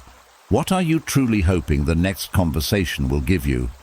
Is it understanding, or permission to move on? Is it an apology, or confirmation that you were not foolish for caring? Is it an explanation, or proof that you mattered? Is it reconciliation, or relief from feeling rejected? These distinctions matter, because once you identify the actual need, you may realize the conversation is only one possible way of meeting it, and sometimes it is not even the best way. Suppose what you need is dignity. You may believe dignity will return when they apologize, but dignity can also return when you stop chasing someone who refuses to communicate. Suppose what you need is validation. You may believe validation will arrive when they admit you were treated unfairly, but validation can also come from trusting your own experience. Suppose what you need is peace. You may believe peace will come when they explain everything, but peace can also come when you stop making complete understanding a condition for rest. This is the Stoic shift. You stop asking, how do I get the response I need? And begin asking, what is within my power to give myself now? That question changes everything, because suddenly the emotional future is not waiting inside somebody else's phone. It is not waiting inside a conversation that may or may not happen. It is not waiting inside their mood, maturity, honesty, or timing. It comes back to your own judgment, your own discipline, your own ability to endure uncertainty without chasing it. And this is harder than sending one more message. Much harder, because sending a message feels active. Waiting feels active. Rehearsing the conversation feels active. But sometimes these are ways of avoiding the more difficult action. Letting go. Not dramatic letting go. Not deleting every memory and pretending you feel nothing. Real letting go. The kind where you stop creating new reasons to remain emotionally attached. You stop asking questions whose answers will not change your direction. You stop using conversations to reopen doors you already know should remain closed. You stop preparing speeches for someone who has already shown you they do not want to listen. That is difficult because the mind wants completion.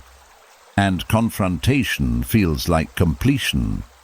You picture saying everything that was left unsaid. You picture their face when they finally understand. You picture yourself walking away afterward feeling strong. But imagined confrontations are often built around control. In the imagination, they react correctly. They stay quiet when you speak. They understand your point. They feel remorse at the right moment. They do not interrupt. They do not deny. They do not twist the story. Real people rarely follow the script, and so the real conversation can feel more disappointing than the imagined one. You prepared for understanding. They gave defensiveness. You prepared for honesty. They gave excuses. You prepared for regret. They gave indifference. Now you have another memory to recover from. This is why the Stoic does not place peace inside a performance another person must complete. It is too uncertain. Instead, the Stoic prepares for every response. If they apologize, I can remain steady. If they do not apologize, I can remain steady. If they understand, I can remain steady. If they misunderstand, I can remain steady. If they answer, I can remain steady. If they stay silent, I can remain steady. Notice what this does. It moves stability away from outcome. That is the foundation of tranquility. Not getting the perfect response, no longer requiring it. And this does not mean you never speak. There are times when communication is necessary. You may need to set a boundary. You may need to clarify something practical. You may need to express yourself once because silence would violate your own values. But there is a difference between communicating and chasing emotional rescue. Communicating says, "This is what I need to say." Chasing says, "I need you to respond correctly so I can be okay." The first is within your control. The second is not. That difference can save you from countless cycles. Before reaching out again, ask yourself a quiet question. If they respond in the worst possible way, will I still be glad I sent this? If the answer is yes, perhaps you are speaking from principle. If the answer is no, perhaps you are trying to control the emotional outcome. And if your peace depends on how they answer, you may not be ready for the conversation you think you need. Sometimes strength is not saying the perfect thing.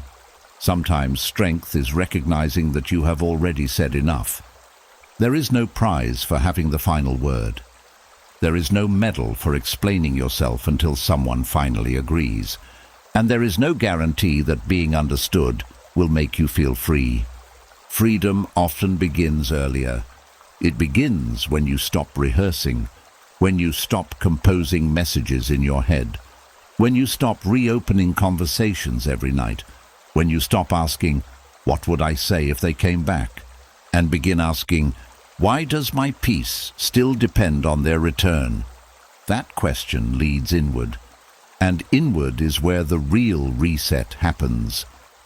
Tonight, when the mind tries to create another conversation, notice it. Do not immediately follow the scene. Do not finish the speech. Do not invent their reply. Simply recognize what is happening. The mind is reaching toward an imagined future because it believes relief lives there. Then remind yourself, relief does not have to wait there. Peace can begin here, before the reply, before the apology, before the explanation, before the conversation. That is the freedom Stoicism offers, not freedom from ever wanting answers. Freedom from needing another person to behave correctly before you are allowed to rest. And when that truth settles deeply enough, one more conversation begins to lose its magic. You start to see that the conversation you were waiting for was never the destination. Peace was, and peace was never theirs to give. And once you stop believing that one more conversation will finally rescue you from the pain, another truth becomes visible. Sometimes you can understand a person almost perfectly and still feel the wound exactly where it was. You may understand their childhood. You may understand their fear of intimacy. You may understand why they avoid conflict. You may understand the insecurity behind their selfishness. You may understand the family patterns they never healed. You may understand why they pull away when love becomes serious. You may even understand the exact moment their fear became stronger than their loyalty. And still, your heart may hurt. This surprises people, because we are often taught that understanding creates peace. If you can just figure out why someone behaved that way, surely the pain will soften. If you can trace their actions back to fear, trauma, insecurity, loneliness, or emotional immaturity, surely anger will disappear. Sometimes it does, but not always. because explanation and healing are not the same thing. Understanding may tell you why the wound happened. It does not automatically close the wound. You can know exactly why someone dropped something fragile and still be left looking at the broken pieces. That is the distinction the mind often resists. You say, "Now I understand why they acted that way," and then you wait. You expect the understanding to create relief, but the body still remembers. The disappointment is still there. The trust is still damaged. The years are still gone. The words still happened. The silence still happened. And now another frustration appears. Why am I still hurt if I understand? That question can become a new form of self-judgment. You may start thinking you should be over it by now. You may believe that because you understand their wounds, your own wound should no longer matter. But that is not wisdom. Understanding another person does not cancel your experience. You are allowed to understand why they became the way they became, and still acknowledge what being around that version of them cost you. Both can be true. They may have been afraid, and they still hurt you. They may have been raised in a home where affection was unsafe, and you still suffered from their emotional distance.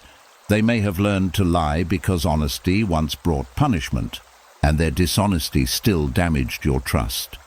They may have been abandoned before they met you, and their fear of abandonment may have caused them to control, accuse, withdraw, or leave first.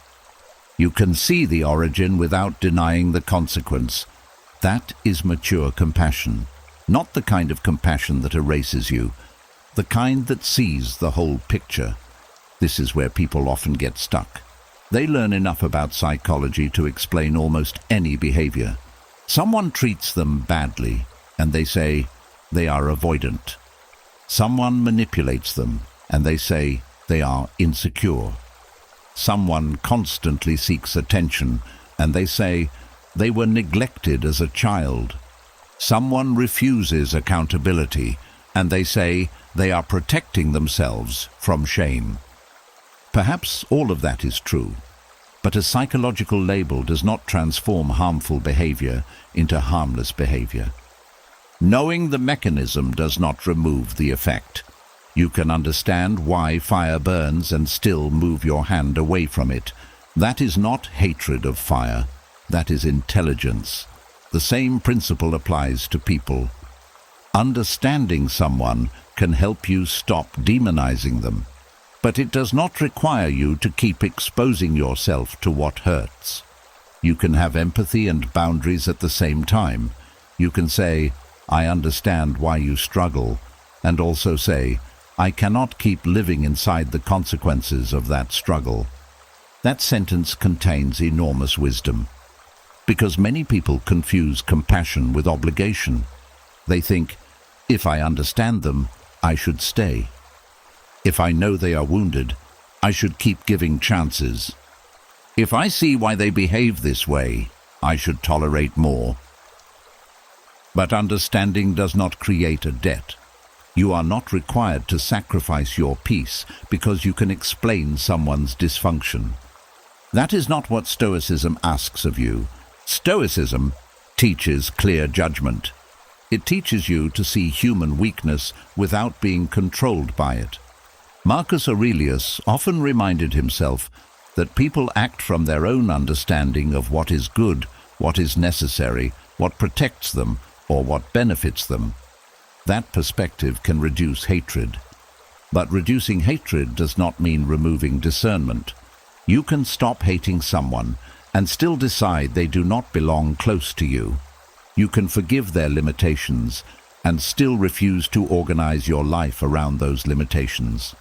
You can understand their fear and still stop making excuses for behavior that repeatedly damages you. That is the balance. Compassion without blindness, clarity without cruelty, distance without bitterness. And this is where Stoicism moves beyond psychology. Psychology can help explain what happened. Stoicism asks what you will do now. That difference matters. because explanation looks backward, judgment looks at the present, choice looks forward. You may spend months learning why someone behaved the way they did. At some point, however, the useful question becomes, given what I now know, what is the wise response? Not, how much more can I understand, but what does this understanding require from me? Maybe it requires acceptance. Maybe it requires distance. Maybe it requires a boundary. Maybe it requires forgiveness. Maybe it requires letting go of a fantasy. Maybe it requires admitting that someone can be deeply wounded and still be wrong for your life. That last truth can be especially painful, because wounded people are easy to hope for. You see their potential. You see the person beneath the fear. You remember their good moments. You know what they could become if they healed, and the mind becomes attached to that future version. But Stoicism deals with what exists, not what may exist one day. Potential is not character. Possibility is not reality. And you cannot build a peaceful life around who someone might become. You have to respond to who they repeatedly are now. This does not mean people cannot change. Of course they can. But change belongs to them.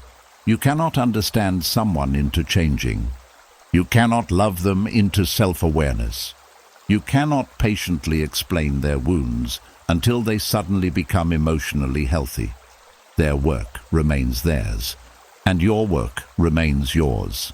This separation is freeing, because sometimes the endless search for understanding is really an attempt to find a reason to keep hoping.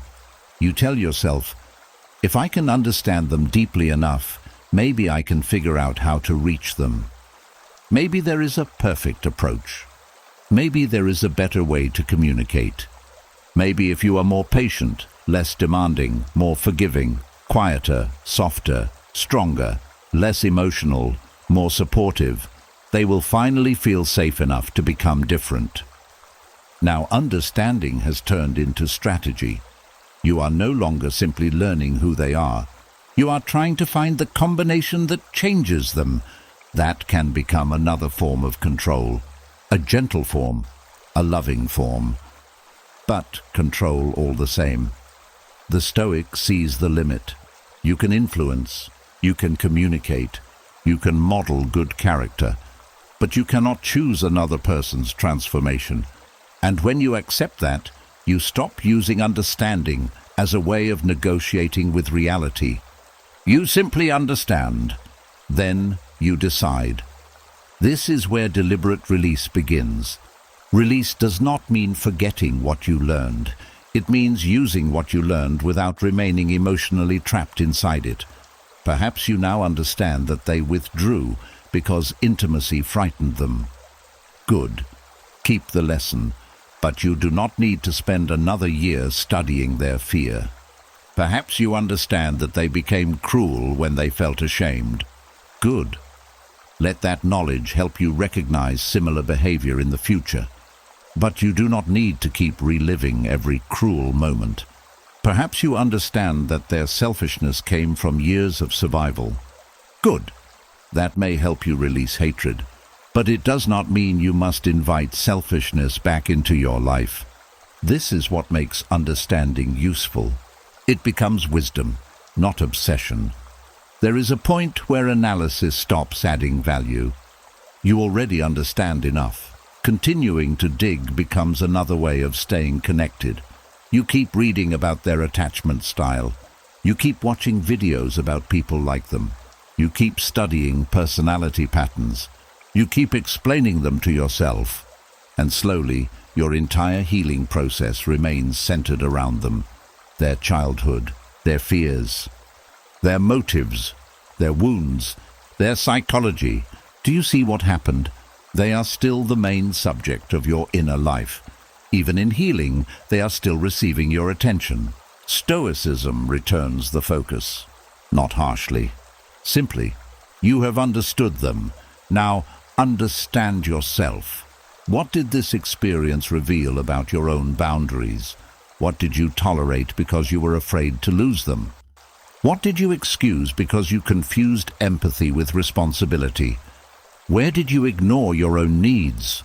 Where did you abandon your judgment because you were too focused on their potential? Those questions lead somewhere useful, because they return you to the part you can actually shape: your own character, your own choices, your own future. And this is where acceptance becomes more important than explanation. Acceptance says, this is what happened. This is who they were at that time. This is what their behavior cost me. I understand what I can. I do not need to understand everything, and I will respond according to what reality has shown me. That is a calmer form of wisdom. No endless excavation. No need to solve another person's soul. No need to know the exact percentage of fear, selfishness, confusion, trauma, pride, or immaturity behind what happened. You may never know, and perhaps you do not need to, because knowing why someone hurt you does not change the responsibility you now have toward your own life. Tonight, let understanding become lighter. You do not need to carry their entire history in order to justify moving forward. You do not need to become their psychologist. You do not need to solve their childhood. You do not need to identify the hidden wound behind every choice they made. Maybe you understand enough already, enough to stop hating, enough to stop blaming yourself, enough to stop expecting what they could not give, enough to choose differently now. That is where Stoicism goes beyond explanation. First you see clearly, then you judge wisely, then you release deliberately. Not because the story finally makes perfect sense, but because you have learned everything from it that your present life truly needs. And after that, continuing to analyze is no longer wisdom. Sometimes wisdom is simply saying, I understand why. It still hurt, and I am ready to stop living inside the explanation. And once you stop trying to understand every hidden reason behind what happened, another habit becomes easier to notice. Night after night, the mind can turn the past into a courtroom. It brings out the evidence. It replays the conversation. It remembers the tone. It reconstructs the moment. It asks what you should have said, what they meant, what they knew, whether they lied, whether they understood the damage, whether they ever felt guilty. Then it starts again.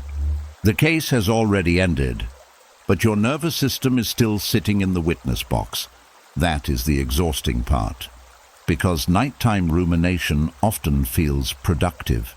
It feels as if the mind is reviewing the case one more time so it can finally reach the right verdict. You think, if I can just understand what happened clearly enough, maybe I can rest. So you return to the evidence.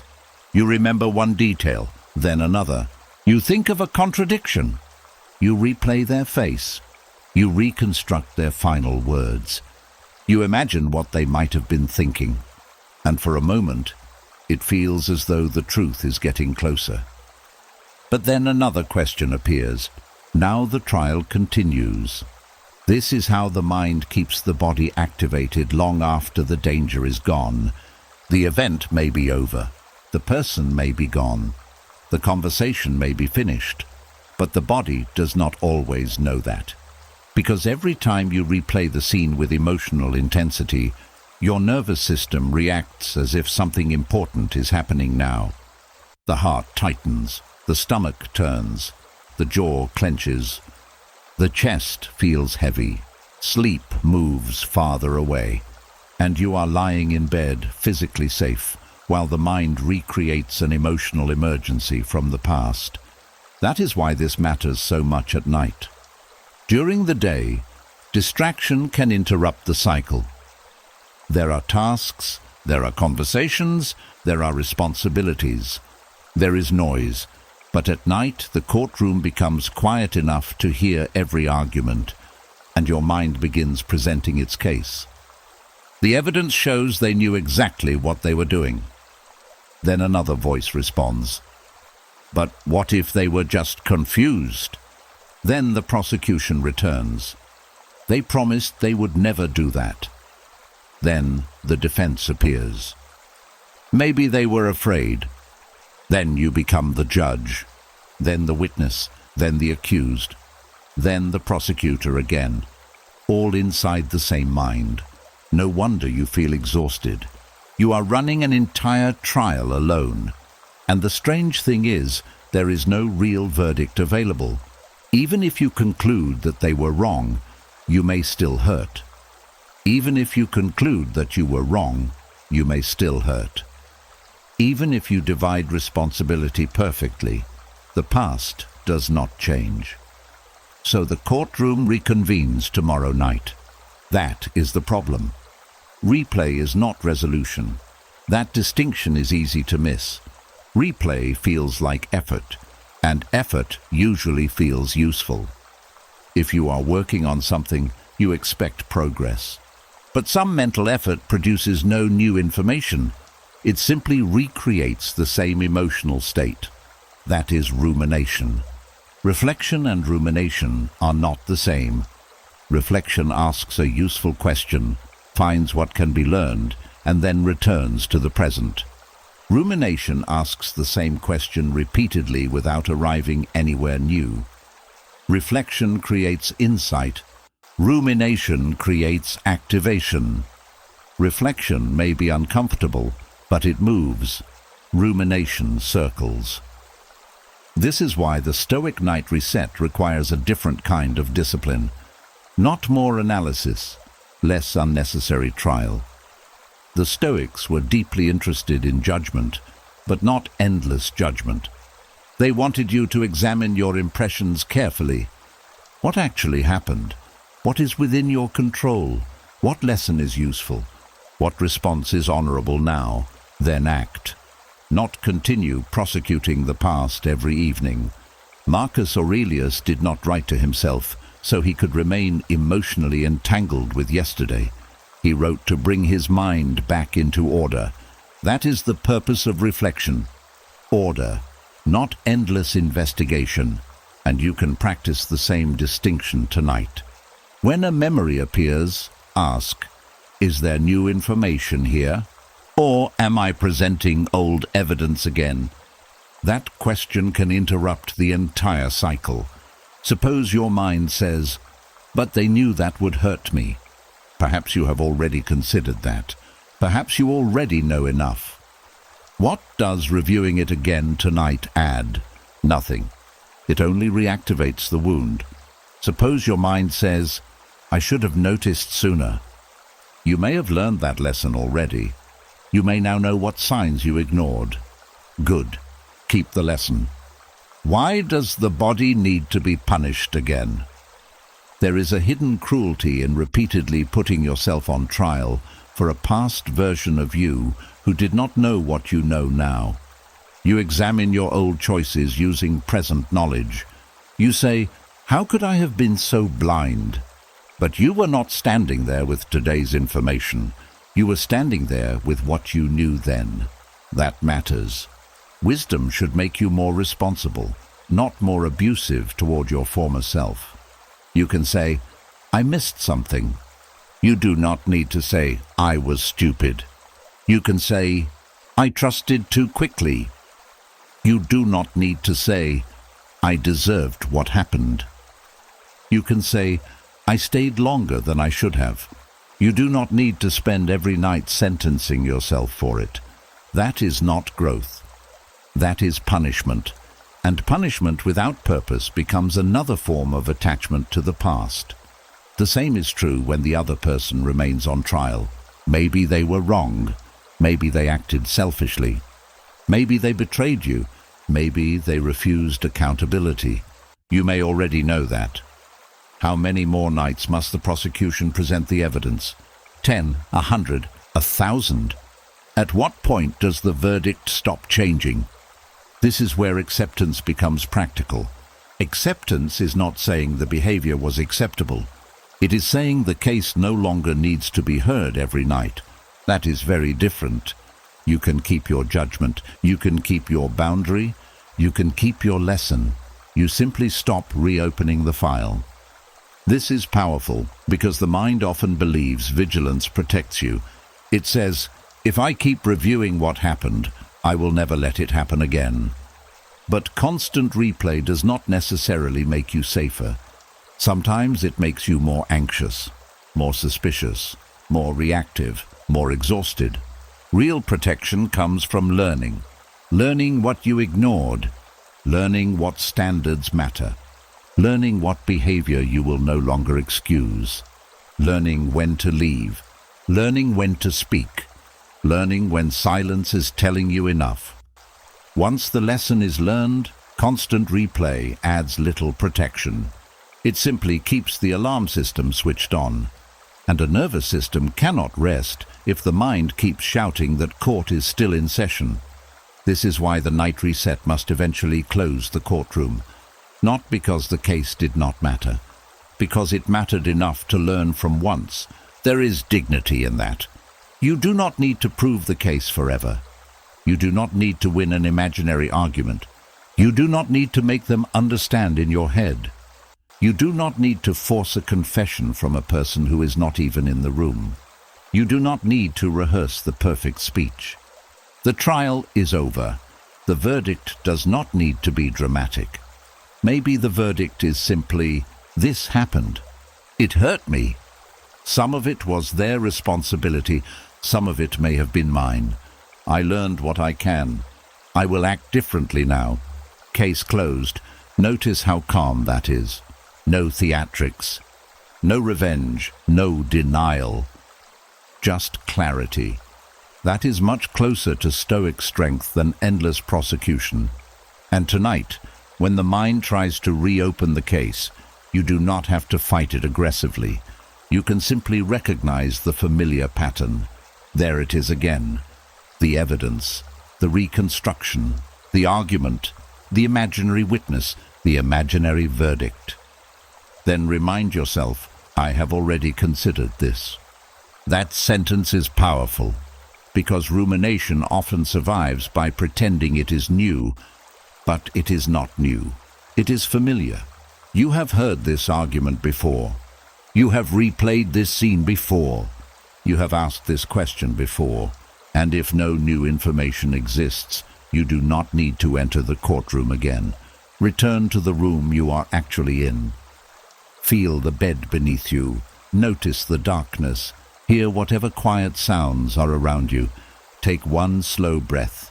This is the present. The event is not happening here.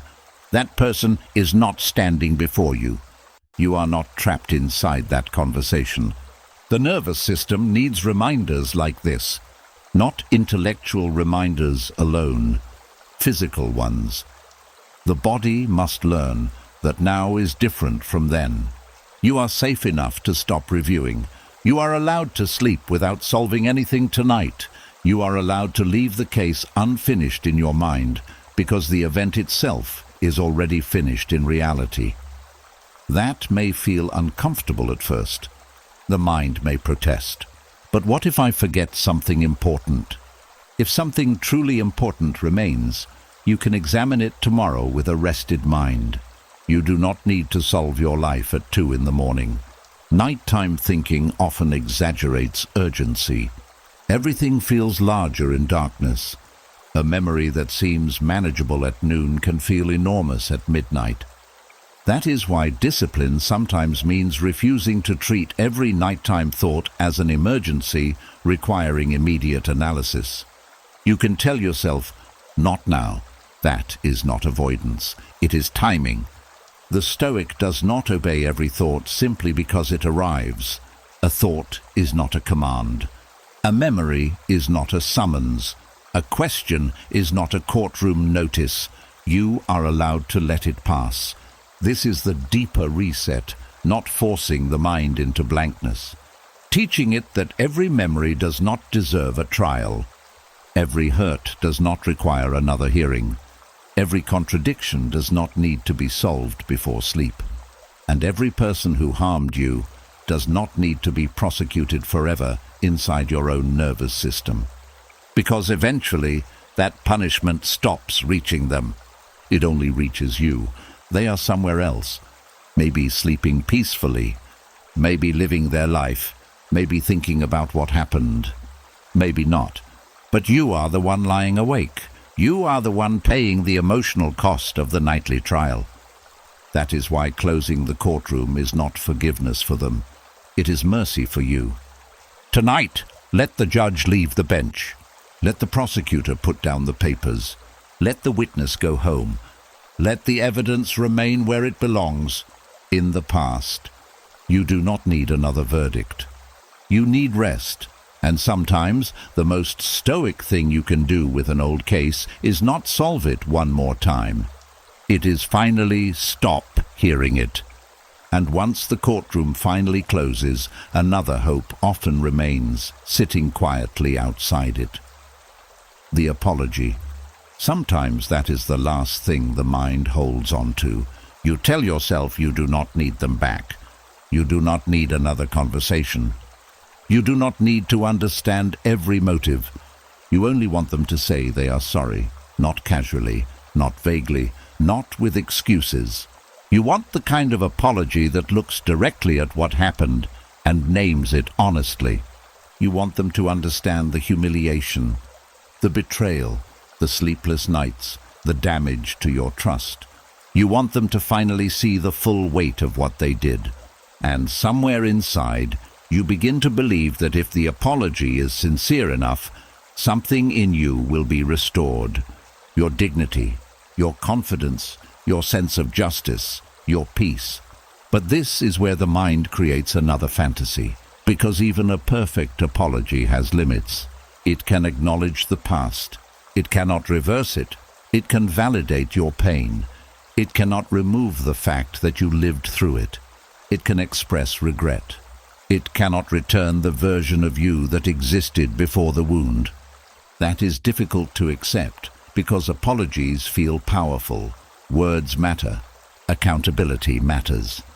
Being told, "I was wrong," can matter deeply, especially when you spent a long time being blamed, dismissed, ignored, or made to question your own experience. A real apology can bring relief. But relief is not the same as restoration. Suppose they came to you tonight and said everything correctly. "I hurt you." "You did not deserve it." "I lied." "I was selfish." "I understand why you no longer trust me." "I'm sorry." For a moment, perhaps your body would soften. Something you had been carrying might finally feel seen, but then tomorrow would come, and the event would still be in your history. This is why Stoicism asks you to be careful about turning apology into salvation. An apology can be meaningful without becoming necessary for your recovery. That distinction protects you, because if your dignity can only return when someone admits they violated it, then your dignity still depends on their honesty. If your peace can only return when they acknowledge the pain, then your peace still depends on their courage. If your healing can only begin when they say the right words, then the person who harmed you still controls the starting date of your recovery. That is too much authority to surrender, especially when you do not know whether the apology will ever come. Some people never apologize because they do not believe they were wrong. Some know they were wrong, but cannot tolerate the shame of admitting it. Some apologize only when consequences arrive. Some say sorry because they want access to you again. Some apologize sincerely, but years too late. And some never develop enough self-awareness to understand what they should apologize for. You cannot build a stable inner life around any of those possibilities. The Stoic response is not, "I do not care whether they apologize." You may care. You may always wish they had. The Stoic response is, "My peace cannot depend on it." That is different. You are allowed to want accountability without making yourself emotionally dependent on receiving it. You are allowed to say, "They should have apologized," and still continue with your life. You are allowed to believe that what happened was wrong without waiting for the person responsible to agree with you. This is where dignity becomes internal again. because humiliation often creates a desperate desire to be restored in the eyes of the person who humiliated you. You want them to recognize your value now. You want them to admit they misjudged you. You want them to finally feel ashamed of how they treated you. That desire makes sense. Humiliation makes you feel reduced. An apology seems like it could reverse the reduction. But another person cannot truly give dignity back to you. They can acknowledge that they violated it. They can acknowledge that they failed to respect you. But dignity itself comes from how you now stand in relation to your own life. Do you still respect yourself? Do you still act according to your values? Do you stop chasing someone who showed contempt for your trust? Do you stop shrinking yourself in order to be understood? Do you stop begging for recognition from the person who withheld it? That is where dignity returns, not in their mouth, in your posture toward yourself. This is one reason revenge fantasies and apology fantasies can sometimes look different while serving the same emotional need.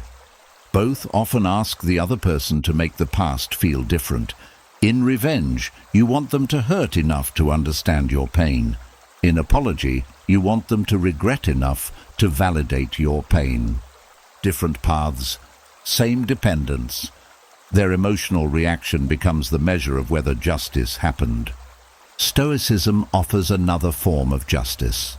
Live so well that their failure does not become your character. Keep your integrity. Strengthen your boundaries. Stop repeating the pattern.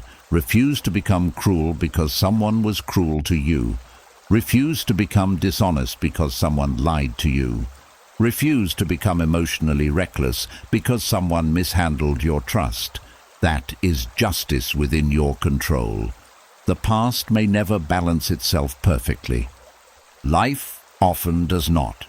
Some people hurt others and never seem to understand what they did. Some never experience the consequences you believe they deserve. Some move on quickly while the person they hurt spends years rebuilding. If your peace requires the universe to distribute emotional consequences exactly as you think it should, you will suffer twice. First, from the event, then from the unfairness of what followed. The Stoic does not pretend unfairness is fair. The Stoic simply refuses to make inner stability depend on life becoming perfectly balanced. That is strength. There is another fantasy hidden inside waiting for an apology. You may believe that if they apologize, the past will become emotionally safe. You will finally be able to remember it without feeling foolish. You will be able to think about the relationship without questioning whether any of it was real. You will be able to look back without feeling ashamed that you trusted them. But an apology cannot make the past safe. The past is not a place you need to live. That is the deeper shift. You do not need to make yesterday emotionally comfortable enough to return to it. You need to build enough safety in the present that you no longer need to keep returning. That is recovery. Not repairing the old room, leaving it. Sometimes people spend years waiting for an apology because they are secretly waiting for permission to stop blaming themselves. They think, if they admit they were wrong, then I will know I was not crazy. If they admit they manipulated me, then I will know I was not weak. If they admit they betrayed me, then I will know I was not foolish for trusting them. But you do not have to wait for their confession to stop condemning yourself. You can look at your younger self with honesty. Maybe you trusted because you loved. Maybe you ignored signs because you wanted to believe the best. Maybe you stayed because you were attached. Maybe you did not have the wisdom then that you have now. That does not make you worthless. It makes you human. The apology cannot change who you were in that moment. But your interpretation of that version of yourself can change. You can stop treating your past vulnerability as evidence against your intelligence. You can stop treating your willingness to love as something shameful. You can stop humiliating yourself for having believed someone who gave you reasons to believe them. This is work no apology can do for you. And that is why the deepest recovery must become independent. Independent does not mean isolated. You may receive support from friends. Therapy may help. Wisdom may help. Time may help. A sincere apology may help too. But none of these things should become a condition without which you refuse to move. That is the Stoic distinction. Use what helps. Do not become enslaved to what you cannot control. And there is something else worth seeing clearly. Not every apology deserves reconciliation. That matters. Sometimes people wait so long for an apology that when it finally comes, they feel obligated to reopen the door. But apology and access are different things. You can receive an apology and still maintain distance. You can believe someone is sincere and still decide that trust cannot be restored. You can forgive and still say no. You can appreciate accountability without returning to the relationship. This is part of mature judgment. An apology is information. It may tell you that someone has changed. It may tell you that they finally understand. It may tell you that they regret what they did. But it does not erase your responsibility to decide what is wise now. Stoicism keeps bringing you back to that place. What is wise now? Not what would make the past feel less painful. Not what would satisfy the wounded part of you for one afternoon. What is wise now? Maybe wisdom is receiving the apology and moving forward separately. Maybe wisdom is accepting the words without rebuilding trust. Maybe wisdom is recognizing that no apology is coming and ending the wait. Maybe wisdom is admitting that even if it came, you would still need to heal. That last realization can be strangely freeing, because once you understand that the apology cannot complete the work, you stop treating its absence like a locked door. The door was never locked by them. You were simply waiting beside it. Tonight, you can step away. Not because they did nothing wrong, not because the apology would mean nothing, but because your recovery has become too important to leave in someone else's hands. You can restore dignity through the way you treat yourself. You can rebuild trust through the people you choose carefully. You can release shame by refusing to punish yourself for being wounded. You can create safety by honoring boundaries you once ignored. You can find peace without rewriting yesterday. And if the apology comes one day, you can receive it from a different place, not starving for it, not collapsing into it, not treating it like oxygen, simply hearing it, perhaps appreciating it, then returning to your own life. That is freedom. The apology may come, it may never come. It may be sincere, it may be disappointing, it may contain everything you hope to hear, and still, morning will arrive with the same responsibility. You must decide how to live. So let the apology become what it truly is, something another person may offer, not the medicine your life cannot continue without. Because even the most beautiful apology cannot return yesterday, but you do not need yesterday returned. You need yourself returned to the present. And once you understand that even the apology cannot make the past emotionally safe again, another hidden habit becomes easier to see. Your mind may not be replaying the event because it loves suffering. It may be replaying it because it thinks it is protecting you. That changes the way you look at rumination. The mind says, go over it again. Find the detail you missed. Remember the warning sign. Work out exactly where it went wrong. Make sure this never happens again. And because protection sounds useful, the replay can feel intelligent, responsible even. You tell yourself that if you study the betrayal closely enough, you will never be betrayed again. If you examine every lie, you will spot the next liar instantly. If you remember every painful detail, you will never become vulnerable in the same way. So the mind keeps the file open, night after night. But vigilance is not the same as wisdom. and endless review is not the same as protection. There is a point where learning stops and fear takes over.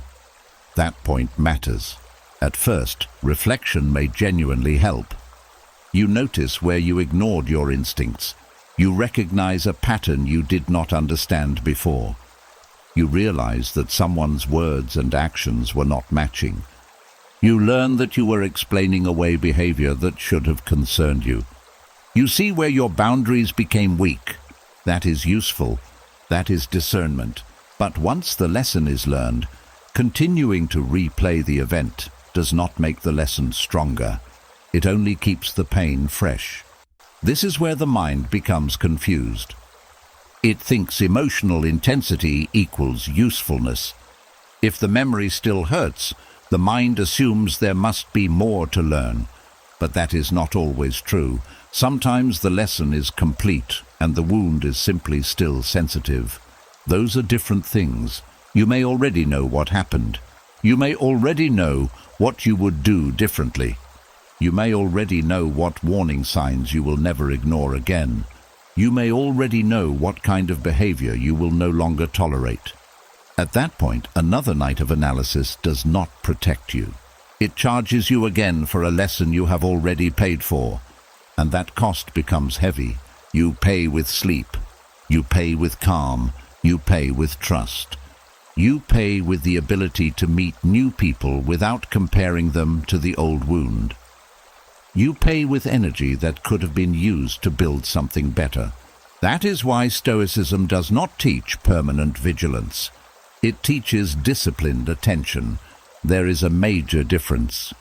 Permanent vigilance says, everything may be dangerous.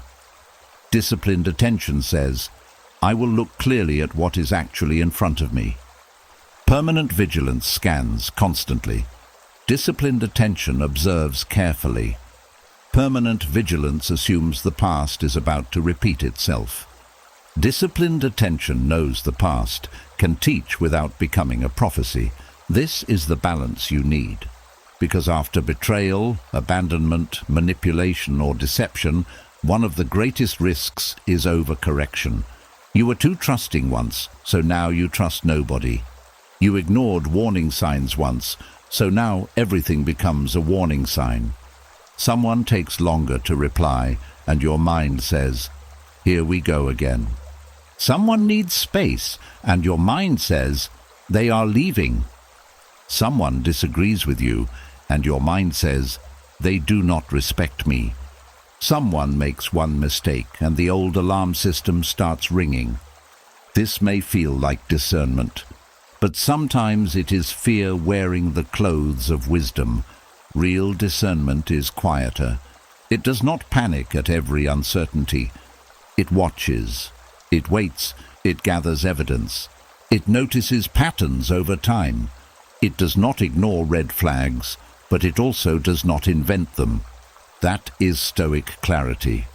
You do not become blind because you want peace. You simply stop being controlled by the need to anticipate every possible injury. Because you cannot. No amount of replay will make you invulnerable. That is another difficult truth. You cannot study pain so thoroughly that pain never visits again. You cannot memorize every warning sign in existence. You cannot control the hidden motives of everyone you meet. You cannot guarantee that someone will never disappoint you. And trying to guarantee those things will make your life smaller. You will call it protection. But eventually it becomes imprisonment. You become cautious about love, cautious about friendship, cautious about honesty, cautious about being seen. You stop risking because you believe risk itself was the mistake, but the Stoic does not seek a life without risk. The Stoic seeks a mind strong enough to meet reality when risk becomes loss. That is a completely different goal. The question is not, how do I make sure nobody ever hurts me again? The better question is, how do I become wise enough to respond well if someone does? That is where confidence comes from, not from certainty, from capacity. You know you can notice more now. You know you can set boundaries sooner. You know you can leave when reality becomes clear. You know you can survive disappointment. You know you can rebuild. That knowledge protects you more than obsessive vigilance ever could. Because fear says, I must prevent every wound. Wisdom says, I will not abandon myself if a wound comes. That is strength. And this is where the past should become instruction, not surveillance. Take the lesson. Make it specific. Maybe the lesson is, when words and behavior repeatedly conflict, trust the pattern. Maybe it is, do not excuse disrespect simply because you understand someone's pain. Maybe it is, ask difficult questions earlier. Maybe it is, do not make someone else's inconsistency your responsibility to fix. Maybe it is, when your body constantly feels unsafe around someone, pay attention. Good. Write the lesson into your life, but then let the event retire. You do not need the entire memory in order to keep the wisdom. This is important. The brain often acts as though the pain must remain active so the lesson will remain available. But that is not true. You can remember without reliving. You can become wiser without remaining wounded in the same way. You can keep the boundary and release the fear that created it. You can keep the discernment and release the obsession. That is the mature form of healing. You are not trying to become who you were before. You are becoming someone more aware without becoming more afraid. There is a quiet dignity in that. And at night, this practice becomes very simple. When the mind begins reviewing again, ask, what am I trying to learn right now? Be precise. If there is a genuine new lesson, take it. If there is not, recognize what is happening. The mind is not learning. It is guarding. Then ask another question. Is this guard still necessary tonight? The event is over. The danger is not in the room. The person is not standing beside the bed. No decision has to be made right now. You are allowed to lower the weapon. That metaphor matters because vigilance is exhausting. A guard cannot remain awake forever. Eventually, even protection becomes dangerous if it never rests. A nervous system held on alert for too long begins to see threat where there may be none. And then the past starts shaping relationships it has never met. That is too high a price. The person who hurt you should not get to influence how you see every person who comes after them. The lie should not turn every future truth into something suspicious. The abandonment should not turn every temporary distance into panic. The betrayal should not become the lens through which all intimacy is judged. That would mean the event is still governing your life. Stoicism asks you to keep the wisdom and remove the throne. Let the past advise you. Do not let it rule you. That is the balance. And perhaps you need to hear this tonight. You do not have to stay mentally wounded in order to prove that you learned. You do not have to keep hurting to remain careful. You do not have to remember every detail to honor the lesson. You do not have to inspect the same scar every night to make sure it is still there. You already know. You know more now than you knew then. That is enough. So strengthen the boundary. Keep the standard. Trust patterns. Move slowly where you once rushed. Speak sooner where you once stayed silent. Leave earlier where you once kept hoping, but then rest. Let wisdom do the protecting, not fear. Let discernment stay awake when necessary, not the whole nervous system. Because the goal was never to become impossible to hurt. The goal was to become difficult to fool twice. And once the lesson has become part of your judgment, the replay has completed its purpose. You no longer need to pay for it every night. And once you stop keeping yourself on guard against every possible repeat of the past, another burden begins to show itself. The need to be understood, not by everyone, by that one person. The person who misunderstood your intentions. the person who reduced your actions to something they were not, the person who decided who you were without ever fully listening, the person who walked away carrying a version of you that feels painfully false. And because the version is false, the mind begins to fight. You replay what you should have explained better. You think of the sentence that might have changed everything. You imagine sitting across from them and finally making them see what you meant. You want them to understand that you were not trying to control them, that you were not trying to hurt them, that you were not weak, that you were not selfish, that you were not the person they decided you were. And this desire can become exhausting, because being misunderstood feels like an attack on identity. It is one thing for someone to dislike you. It is another thing for them to dislike a version of you that you do not recognize. That feels unfair, and the mind hates unfairness. So it starts preparing a defense. You collect evidence. You remember your intentions. You remember the sacrifices they did not notice. You remember the moments when you tried to do the right thing. You remember what they ignored. And somewhere inside you begin to believe that peace will come when they finally say, "I understand now." That is the fantasy, not simply being heard, being corrected in their mind. You want the inaccurate version removed. You want your true intentions restored. You want your place in their memory repaired. But this is where Stoicism introduces another difficult freedom. You do not control how another person interprets you. You can speak clearly. You can explain once. You can act with integrity. You can correct a misunderstanding when the opportunity is reasonable.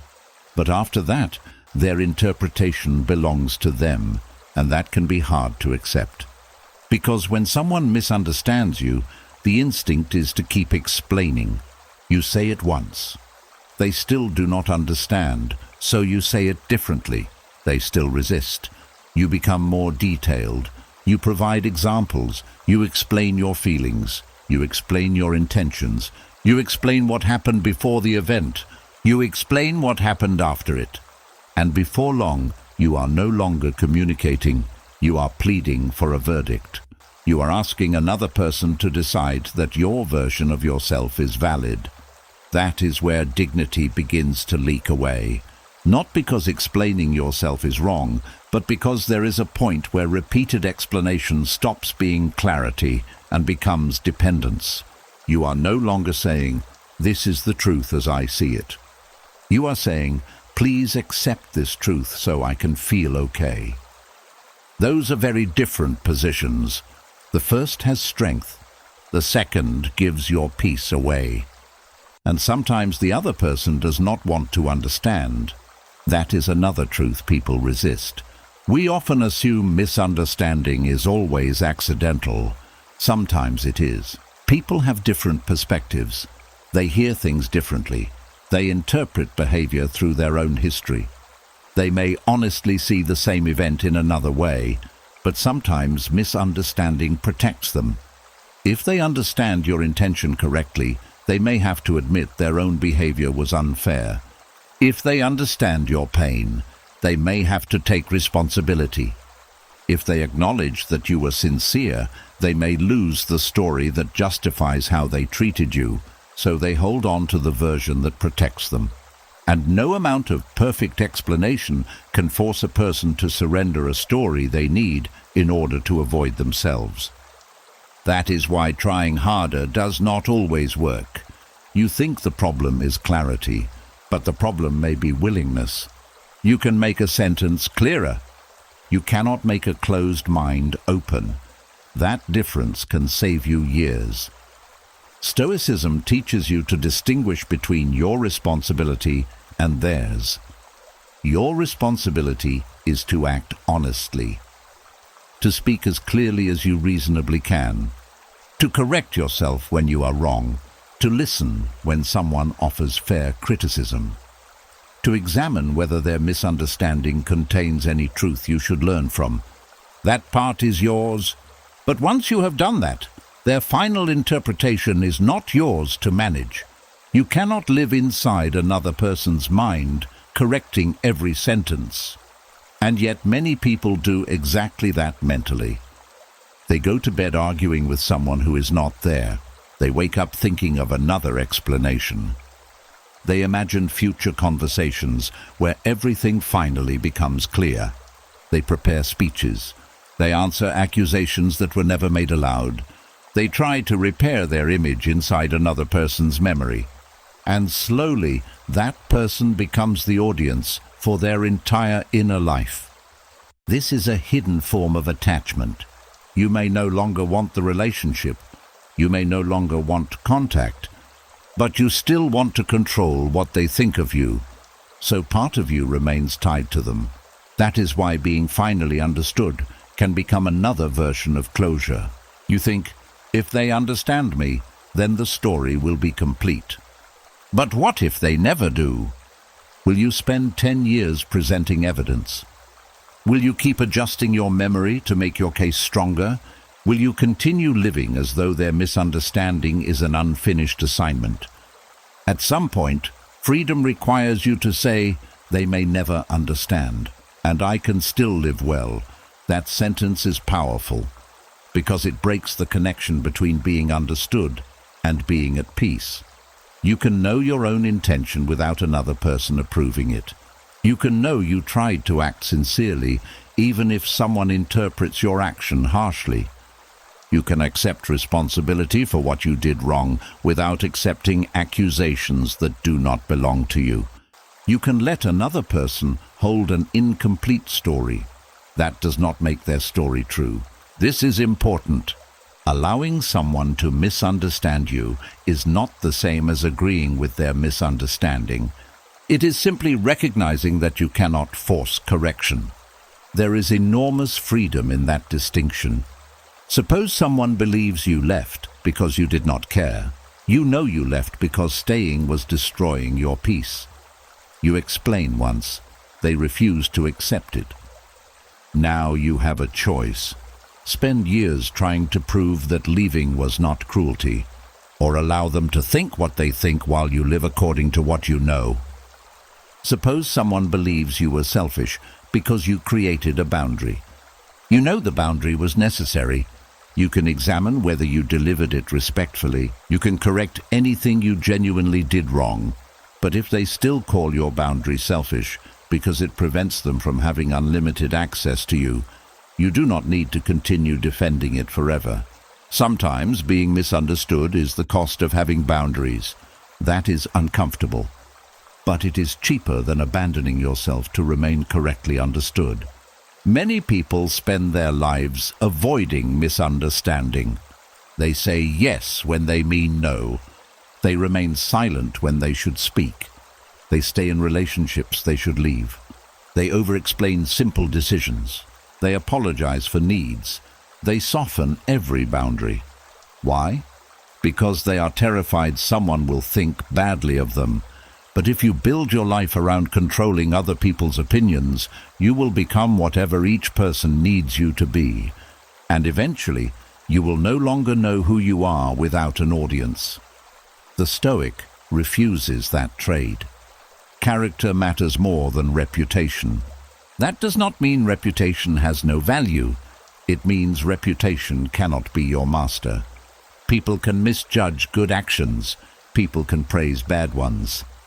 If your moral direction changes according to applause and criticism, you have no stable direction at all. This is why the Stoics returned repeatedly to the question, what is mine? My intention, my judgment, my conduct, my willingness to correct myself. What is not mine? Another person's interpretation.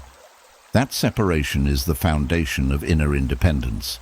There is another reason you may want to be understood. You want them to feel guilty.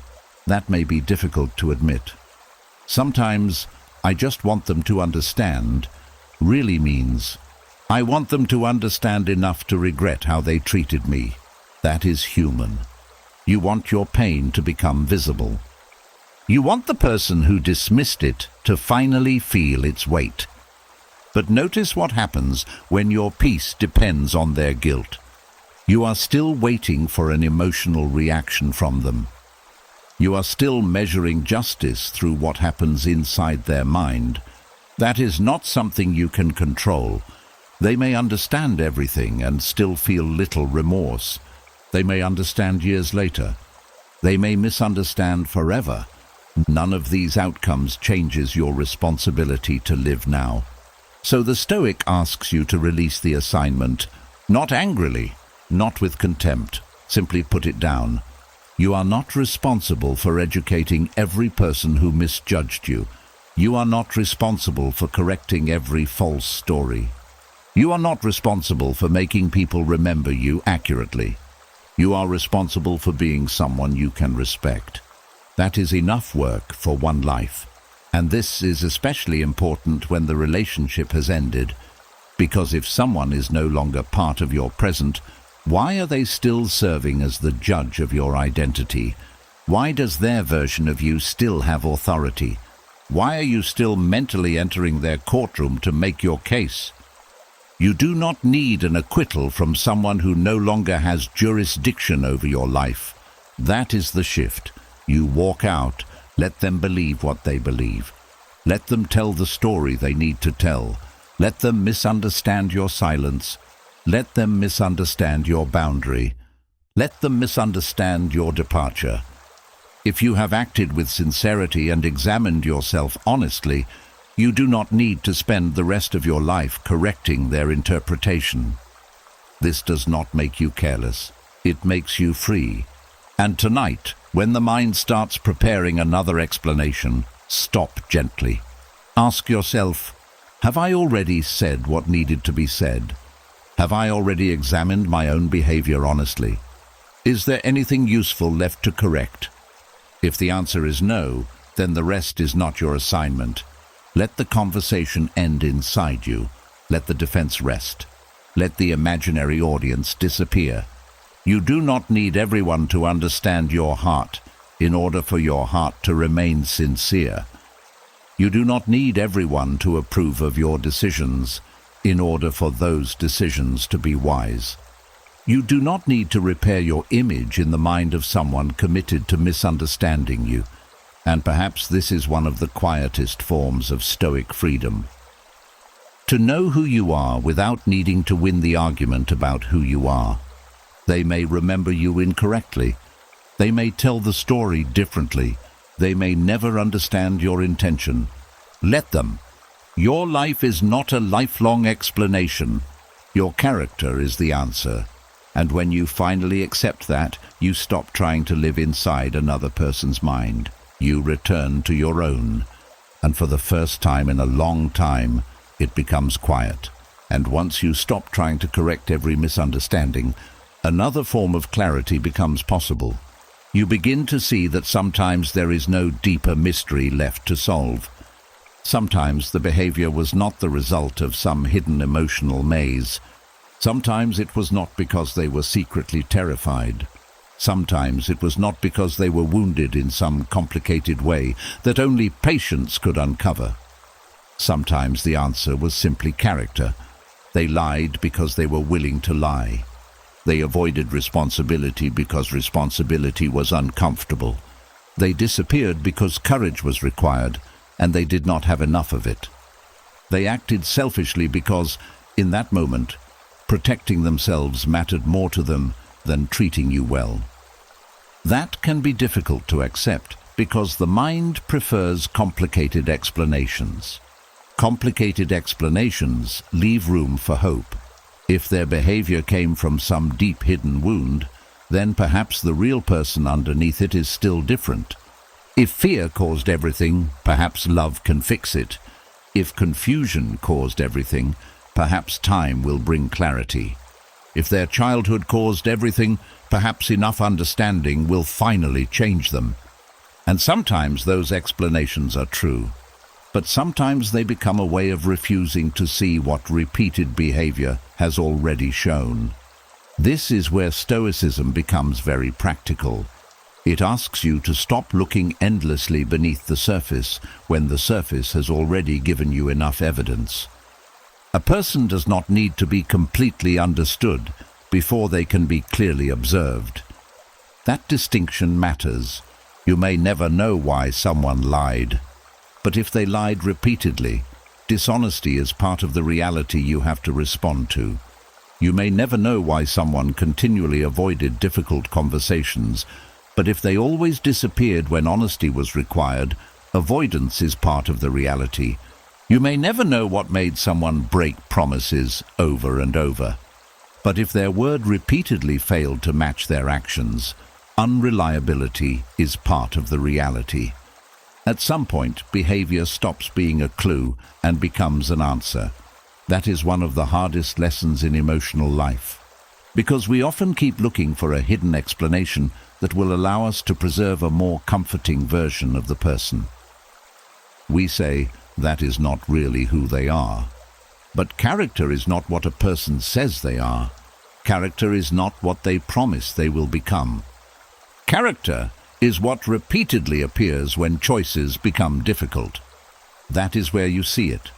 When honesty costs something, when loyalty becomes inconvenient, when responsibility brings discomfort, when an apology requires humility, when a boundary prevents them from getting what they want, when patience is required, when temptation appears, when nobody is watching. Those moments reveal far more than speeches ever could. And this is why Stoicism places so much value on conduct, not explanation. Conduct. A person can give you a beautiful explanation for why they behaved badly. They can sound insightful. They can describe their fears. They can tell you they were overwhelmed. They can tell you they were confused. They can tell you they were not ready. But if the behavior remains the same, the explanation does not change the practical truth. You still have to decide what to do with the behavior. That is the part many people avoid. They keep studying the person because studying feels safer than deciding. As long as you are still trying to understand them, you do not have to fully accept what they have shown you. You can postpone the boundary, postpone the distance, postpone the goodbye, postpone the uncomfortable realization that the person you hoped they were may not be the person they consistently chose to be. Psychological excavation can become emotional delay. You dig deeper, you analyze another conversation, you read another theory, you ask whether they are avoidant, narcissistic, fearful, wounded, immature, emotionally unavailable, or traumatized. And again, those explanations may contain truth, but eventually labels stop helping. The practical question remains, how did they treat you? That is often enough. Did they respect your boundaries? Did they tell the truth? Did they take responsibility? Did they keep their word? Did they show courage when things became difficult? Did they make consistent effort? Did they repair harm when they caused it? Those questions are simpler, but simple questions can be uncomfortable because they remove ambiguity. And ambiguity is where hope often hides. If you do not know why they behaved that way, you can keep telling yourself that perhaps the reason makes the behavior less important. But reason and responsibility are not the same thing. A person may have reasons for being dishonest. They are still responsible for dishonesty. A person may have reasons for being selfish. They are still responsible for selfish choices. A person may have reasons for avoiding conflict. They are still responsible for what their avoidance does to others. Understanding the cause does not erase the character required to respond differently. That is where discipline matters, and lack of discipline is one of the explanations people often overlook. Not every harmful choice comes from deep trauma. Sometimes someone knew the better choice and simply did not choose it. They wanted the easier option. They wanted immediate pleasure. They did not want discomfort. They did not want to tell the truth. They did not want to make the sacrifice. That is not always a mystery. Sometimes it is weakness. And Stoicism is very clear about weakness of character. The Stoics believed character is built through repeated choices. Courage does not appear because someone understands courage intellectually. Courage is practiced. Honesty is practiced. Self-control is practiced. Responsibility is practiced. If someone repeatedly refuses those practices, their character reflects those refusals. That does not mean you have to hate them. It does not mean you declare them permanently incapable of change. People can change, but you are not required to build your present life around their future possibility. That is crucial. You respond to the person who exists now, not the person who might exist after years of growth they may never choose. Potential can be beautiful, but potential is not a promise. This is one of the reasons people remain in painful situations far too long. They fall in love with potential. They see who someone could become. They see intelligence, sensitivity, charm, moments of tenderness. They see glimpses of goodness, and they confuse those glimpses with stable character. But character is not revealed by a person's best moments alone. Anyone can be kind when everything is easy. Anyone can be loving when they are getting what they want. Anyone can sound sincere during reconciliation. The harder question is, who are they consistently when life becomes uncomfortable? That is where the answer becomes clearer. If they become cruel when challenged, notice that. If they become dishonest when truth has consequences, notice that. If they become manipulative when they fear losing control, notice that. If they disappear whenever accountability approaches, notice that. If they apologize beautifully but never change, notice that. You do not have to turn every observation into condemnation. Just information. That is the Stoic posture. See clearly. Do not exaggerate. Do not minimize. Do not invent motives you cannot know. Observe what is there, then act according to wisdom. This is very different from obsession. Obsession asks, why are they like this? What happened to them? What do they really feel? What are they hiding? What does this behavior mean psychologically? Stoic discernment asks, what have they repeatedly chosen? What does that tell me about what I can reasonably expect? Those questions move you toward action instead of endless analysis, and sometimes the answer is disappointing. You may realize that the person was simply not as honest as you believed, not as mature, not as brave, not as disciplined, not as capable of accountability. That realization can hurt because it changes the story. You thought you were waiting for someone to heal. Now you realize you may have been waiting for someone to become a person they had not chosen to become. That is a different kind of grief. You are not only grieving what happened, you are grieving your interpretation of who they were. And that grief can be necessary, because false hope often has to die before peace becomes possible. You do not need to demonize them. Maybe they are kind in other parts of life. Maybe they have good qualities. Maybe they loved you in some way. Human beings are complicated. A person can be generous and dishonest, funny and cowardly, affectionate and irresponsible, intelligent and emotionally immature. You do not need to decide they were entirely bad in order to accept that certain parts of their character made the relationship unsafe. That is nuanced judgment. And Stoicism encourages nuance. The goal is not to create villains. It is to stop creating excuses. Those are different things. You can say, they were not evil, and also say, they repeatedly acted without integrity. You can say, they had good qualities, and also say, their lack of discipline hurt me. You can say, I understand some of their weaknesses, and still decide, I will no longer organize my life around those weaknesses. That is clarity without bitterness, and it frees you from a very exhausting task. Trying to solve someone who has already shown you enough. You do not need to know every hidden reason. You do not need their childhood biography. You do not need the exact psychological label. You do not need to discover the secret wound behind every decision. Sometimes the plain truth is sufficient. They were not honest enough. They were not mature enough. They were not courageous enough. They were not disciplined enough. They were not willing enough. Those sentences may feel harsh at first, but sometimes simplicity is kinder than endless confusion, because once you accept the practical truth, you can stop living inside analysis. You can move. You can set the boundary. You can adjust your expectations. You can stop giving access where trust has not been earned. You can stop waiting for behavior that history gives you no reason to expect. And you can stop asking what deeper explanation would make the pattern acceptable. This is where closure becomes less dramatic. It is no longer a confession, no final speech, no perfect psychological insight, just a quiet recognition.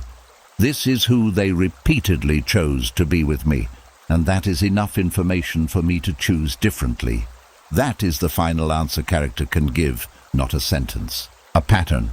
And when the pattern has been clear long enough, wisdom is not digging deeper. Wisdom is believing what you have already seen.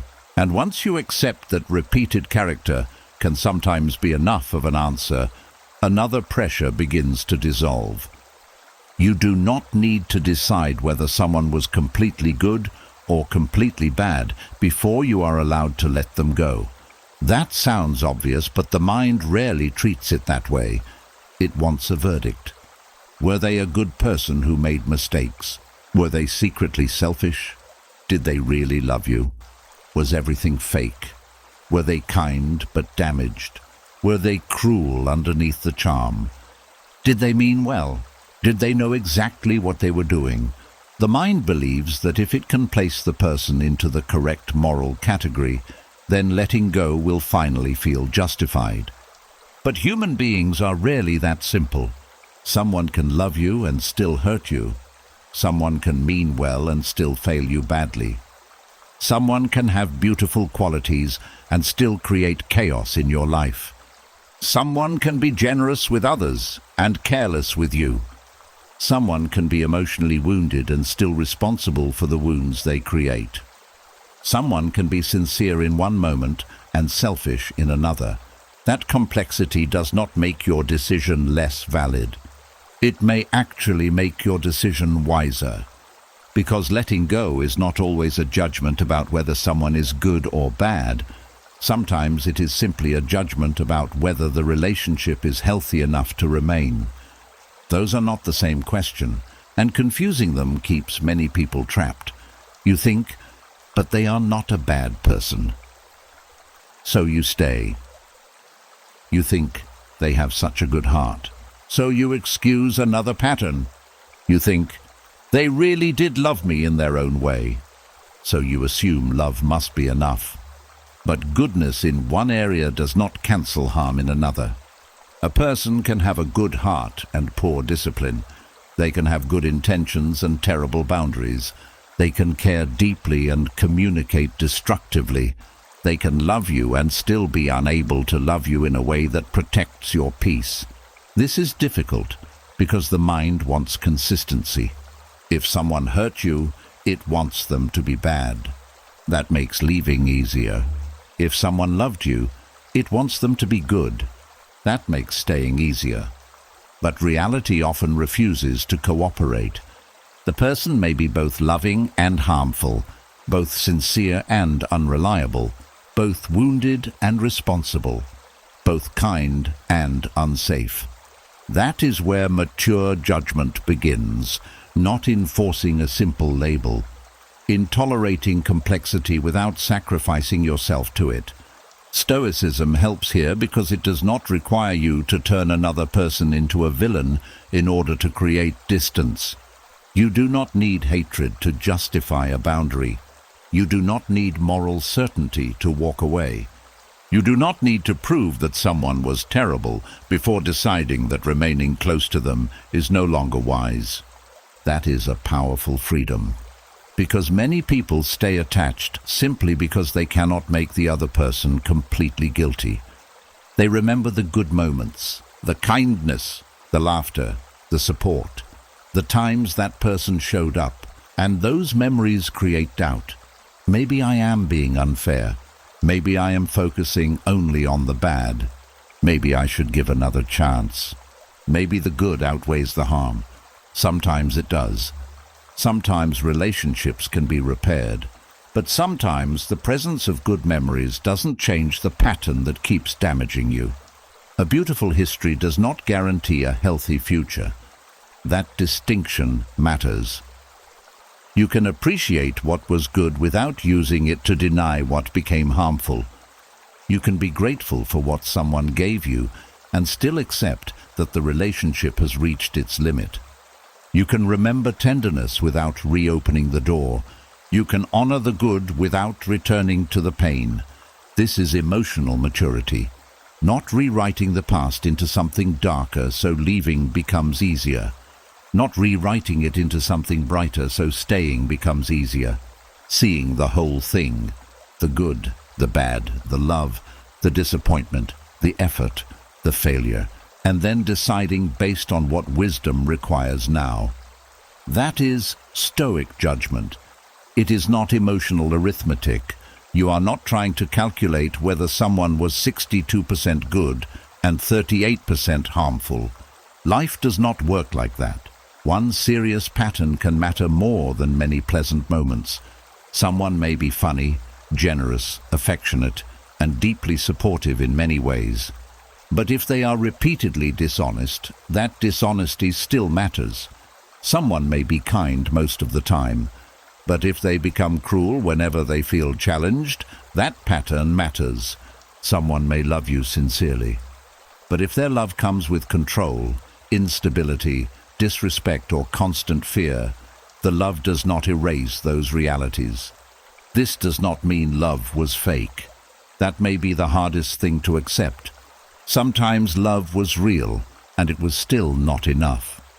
People often believe that if love was genuine, the relationship should have worked. But love and capacity are different. A person can love you and lack the emotional maturity to sustain a healthy relationship. They can love you and still choose pride over repair. They can love you and still avoid accountability. They can love you and still be inconsistent. They can love you and still repeatedly damage trust. Love does not automatically create wisdom. It does not automatically create discipline. It does not automatically create compatibility. This is why asking, "Did they ever love me?" can sometimes distract from a more important question. Could the relationship be lived in without destroying your peace? That question is less romantic, but much more useful. The same is true of intention. Someone may have meant well. They may not have intended to hurt you. But good intention does not always create good impact. You can acknowledge that they did not wake up planning to cause damage while still recognizing that damage occurred. This protects you from two extremes. You do not need to demonize them, and you do not need to excuse everything. You can say, "I believe they meant well, and what happened was still harmful." Both sentences can be true. That ability to hold two truths at once is a sign that the mind is becoming calmer, because emotional pain often demands absolutes. They never cared. Everything was fake. They were evil. Or the opposite. They loved me, so I should forgive everything. They had good intentions, so I should keep trying. They are hurting too, so I should stay. Stoicism asks you to leave those extremes. Look at what is real, not what anger wants to prove, not what longing wants to preserve. What is real? Maybe they cared deeply. Maybe they also lacked the character needed to treat that care responsibly. Maybe they tried. Maybe their effort was still not enough. Maybe they had good qualities. Maybe those qualities did not make the relationship safe. None of that requires a final moral verdict. You are not the judge of their entire soul. That is another burden you can put down. You do not know every choice they ever made. You do not know every private struggle. You do not know what they may become later. You do not need to know. Your task is much smaller. and much clearer. Decide what you will allow near your peace. That is enough. This is where letting go becomes less about condemning someone and more about taking responsibility for your own life. You may say, I do not think they were evil. I do not think every moment was a lie. I do not think all of their intentions were bad. And I still know I cannot continue like this. That sentence carries enormous freedom, because now you no longer need anger to maintain distance. You no longer need resentment to justify leaving. You no longer need to convince yourself that every good memory was false. You can let the relationship be complicated and still let it end. This matters especially when guilt appears. People often feel guilty for walking away from someone who has suffered. You know their history. You know what they endured. You know they have wounds. You know some of their behavior comes from fear, so leaving feels cruel. But there is a difference between compassion and self-abandonment. You can care about someone without remaining available to every version of them. You can wish them healing without volunteering to absorb the consequences of their unhealed behavior. You can hope they become wiser without waiting beside them until they do. That is not coldness, it is boundary. And boundaries do not require hatred. In fact, sometimes the cleanest boundary is the one without hatred. You simply see the situation. You accept the limitation. You step back. No dramatic verdict. No need to call them terrible. No need to rewrite them as a monster. Just, this is not healthy for me anymore. That can be enough. There is another freedom here. You do not have to decide what the relationship meant for all time. You do not have to say, it was a mistake. You do not have to say, it was the best thing that ever happened. You do not need a final interpretation. Maybe it was meaningful and painful. Maybe it taught you something and cost you something. Maybe it contained real love and real harm. Maybe you will understand it differently 5 years from now. That is okay. You can move forward before every emotional conclusion is complete. This is where the Stoic mind becomes flexible without becoming confused. You accept that people are mixtures. So are you. You have probably hurt someone while believing you meant well. You have probably failed someone without being a terrible person. You have probably had moments of courage and moments of weakness. Recognizing complexity in yourself can help you recognize it in others. But complexity should not become an excuse for endless attachment. That is the line. Understanding that people are complicated should make you less hateful. It should not make you less discerning. You can stop asking, were they good or bad? And ask instead, what did this relationship repeatedly require from me? Did it require you to abandon your needs? Did it require constant anxiety?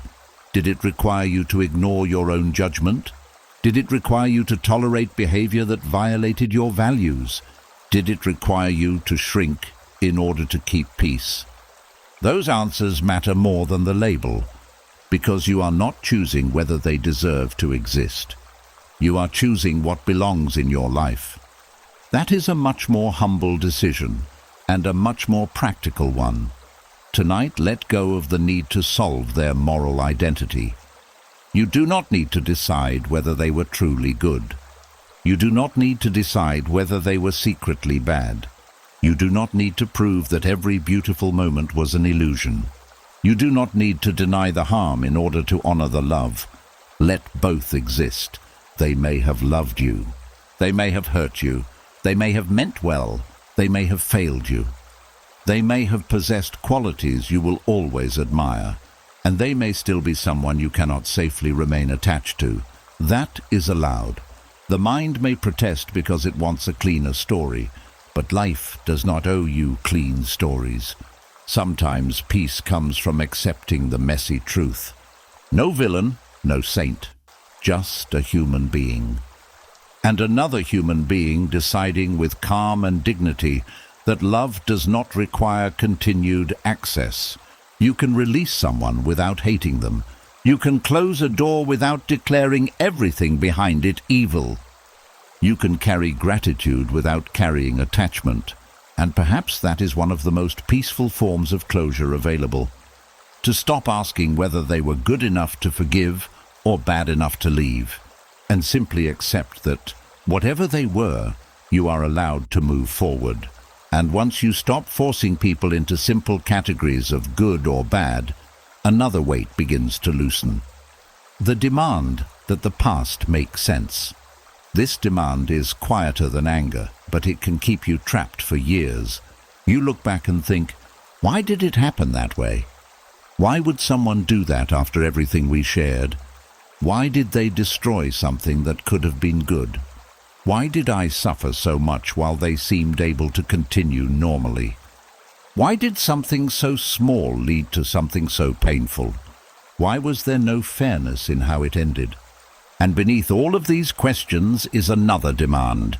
There must be a reason that makes this feel acceptable. That is where the burden grows, because some events never become emotionally reasonable. You can analyze them for 5 years and still reach the same conclusion. It should not have happened that way. Someone acted irrationally. Someone chose pride when humility would have saved the relationship. Someone threw away trust for a moment of selfishness. Someone punished you for something you did not do.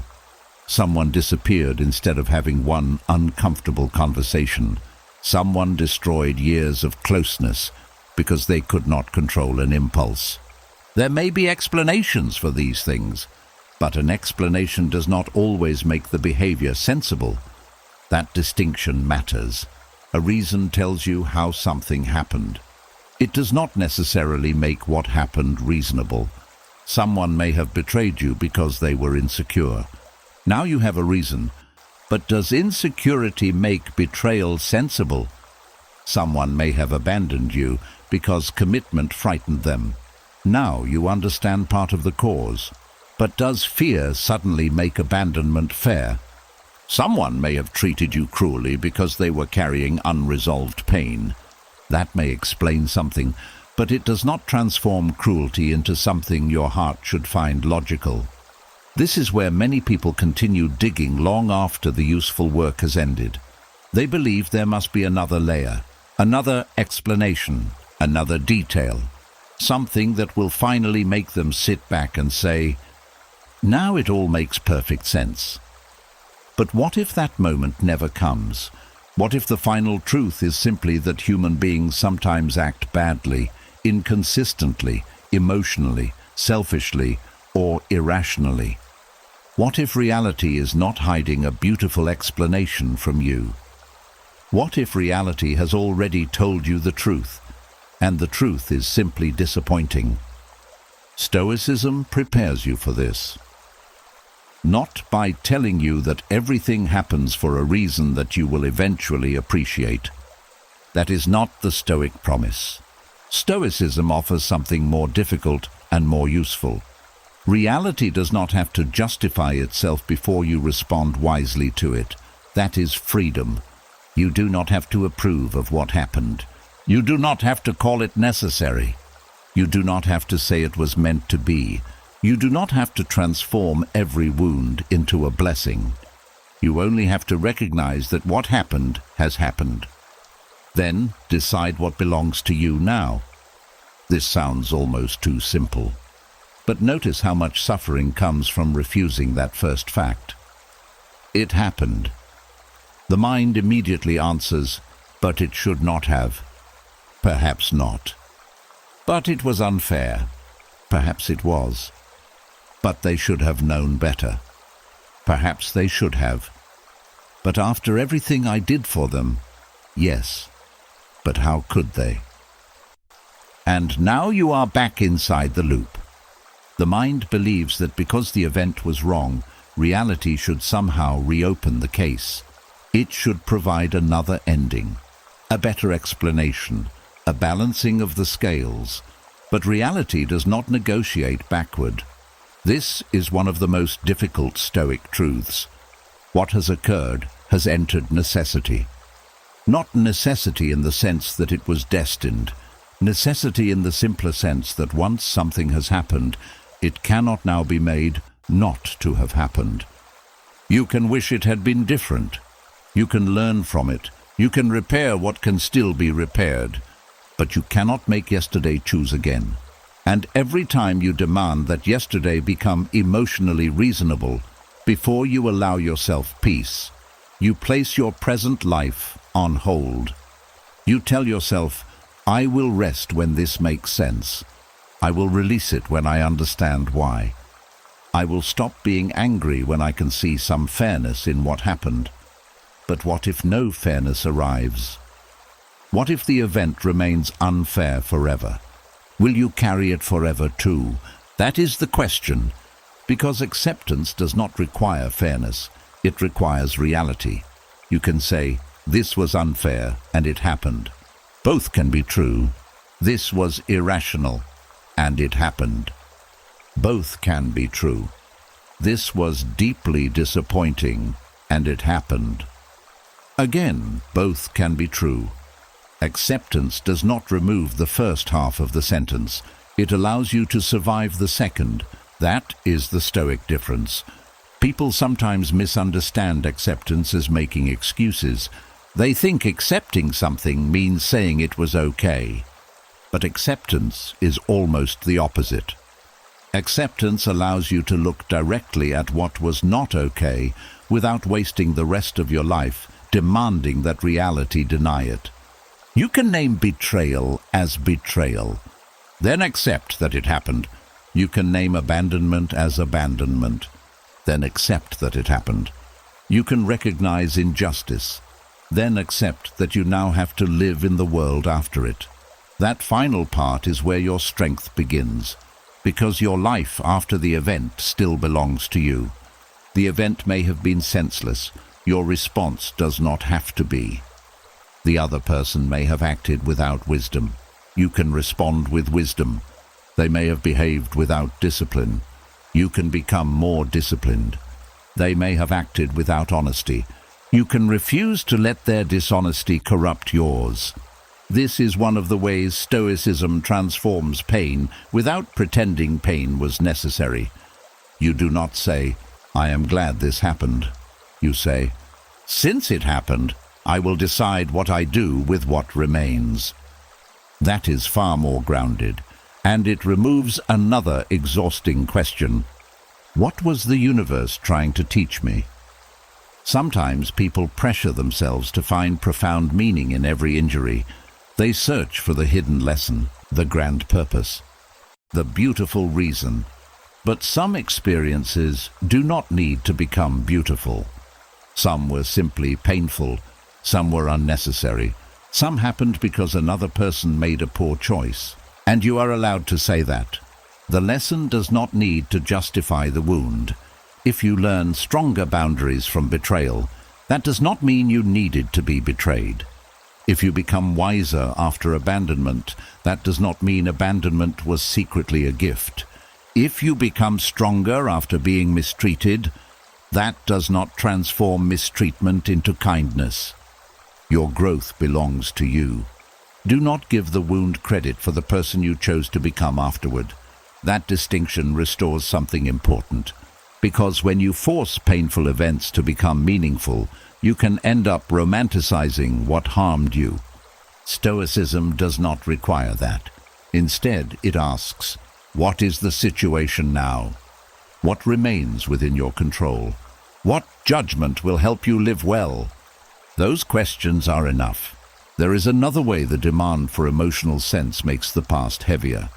You keep comparing what happened with what should have happened. You had expectations, perhaps reasonable ones. You expected honesty after years of loyalty.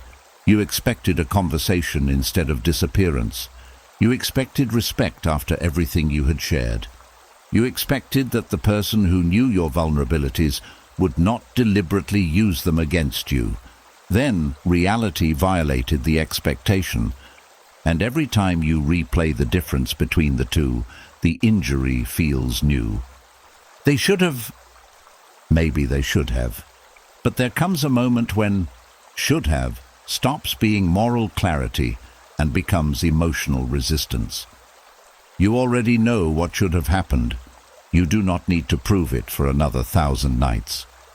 The useful question now is, what will you do because it did not happen that way? That question points forward. Maybe you become more careful about who earns your vulnerability. Maybe you stop assuming history guarantees future loyalty. Maybe you learn to judge people by present conduct instead of old promises. Maybe you recognize that your expectations must be connected to someone's demonstrated capacity. These are living lessons. They can guide tomorrow. But repeatedly asking why yesterday violated your expectations has no power over tomorrow. This is where acceptance makes the past lighter. The facts do not change. The emotional demand changes. You stop saying, "This must make sense." You begin saying, "This may never fully make sense to me." There is relief in those words, because now the investigation can stop. You are no longer waiting for reality to explain itself like a defendant before your personal court. You are no longer insisting that everything in your history form a neat story. Real lives are not neat. People contradict themselves. Good relationships sometimes end badly. People destroy things they claim to value. Kind people can behave selfishly. Intelligent people can make foolish decisions. Someone can miss you and still refuse to return. Someone can regret hurting you and still lack the courage to apologize. These contradictions are uncomfortable, but they are human. You do not have to solve them. You only have to stop letting them control your attention. Marcus Aurelius spent much of his life reminding himself that the world would contain difficult people, unexpected events, losses, disappointments, and things that did not obey his preferences. His peace could not depend on reality behaving reasonably at all times. Neither can yours. A calm life cannot be built on the condition, "Nothing irrational may happen to me." That condition will fail. A stronger condition is, "When irrational things happen, I will not surrender my reason with them." There is Stoic strength. Someone else's chaos does not require your lifelong confusion. Someone else's poor decision does not require your permanent investigation. Someone else's failure to make sense does not mean your life must stop making sense. Tonight, perhaps there is an event you have been trying to solve. You have turned it around in your mind so many times that you know every angle. You have considered their perspective, your perspective, what happened before, what happened afterward. You have found possible reasons, rejected them, found new ones. And still something inside you says, "But why?" Perhaps tonight you can answer differently, "I do not know completely." And then add, "I may never know." Notice what happens. The world does not collapse. You are still here. The event remains in the past. The unanswered part remains unanswered. And you are still capable of breathing, still capable of choosing, still capable of resting. This is how the nervous system gradually learns that unresolved does not mean unsafe. Something can remain senseless without remaining active. Something can remain unfair without being allowed to dominate every future night. Something can remain disappointing without becoming the center of your identity. You do not need to carry the entire weight of understanding. Sometimes the lightest sentence is simply, "It happened. I wish it had been different. It was not. And now I am here." There is no surrender of dignity in that. There is tremendous dignity, because you are no longer asking the past to become reasonable enough for you to live. You are choosing to live despite the parts that never will be.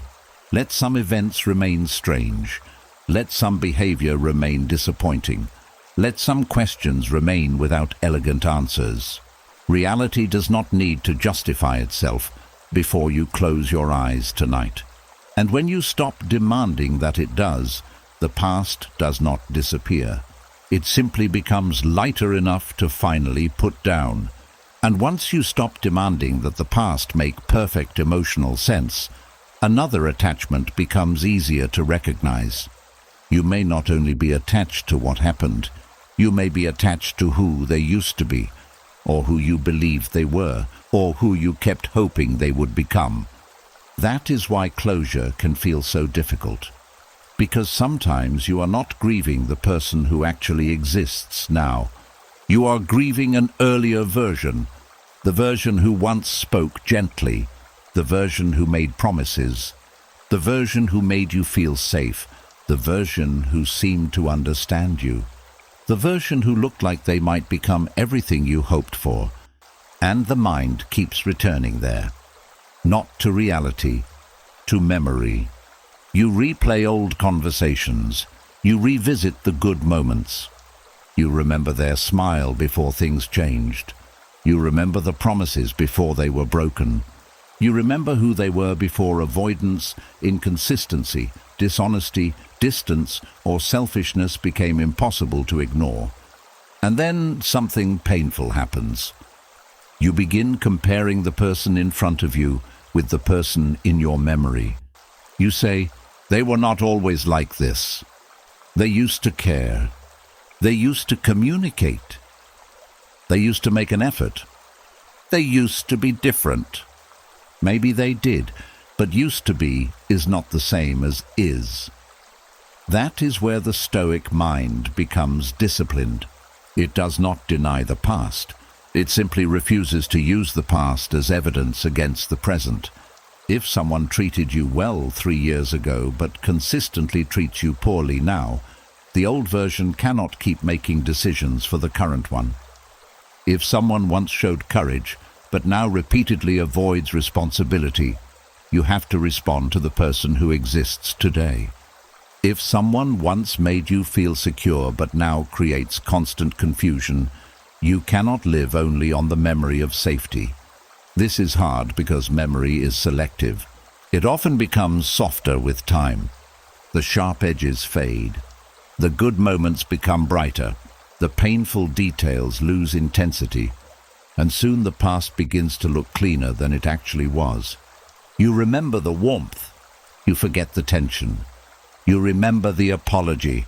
You forget how many times the same problem returned. You remember the one beautiful weekend. You forget the months of uncertainty surrounding it.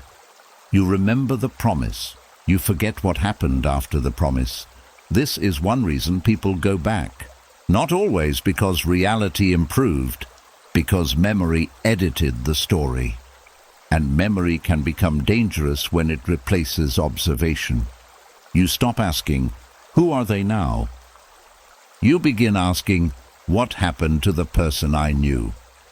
That question sounds reasonable, but it can trap you, because it assumes the earlier version was the truest version.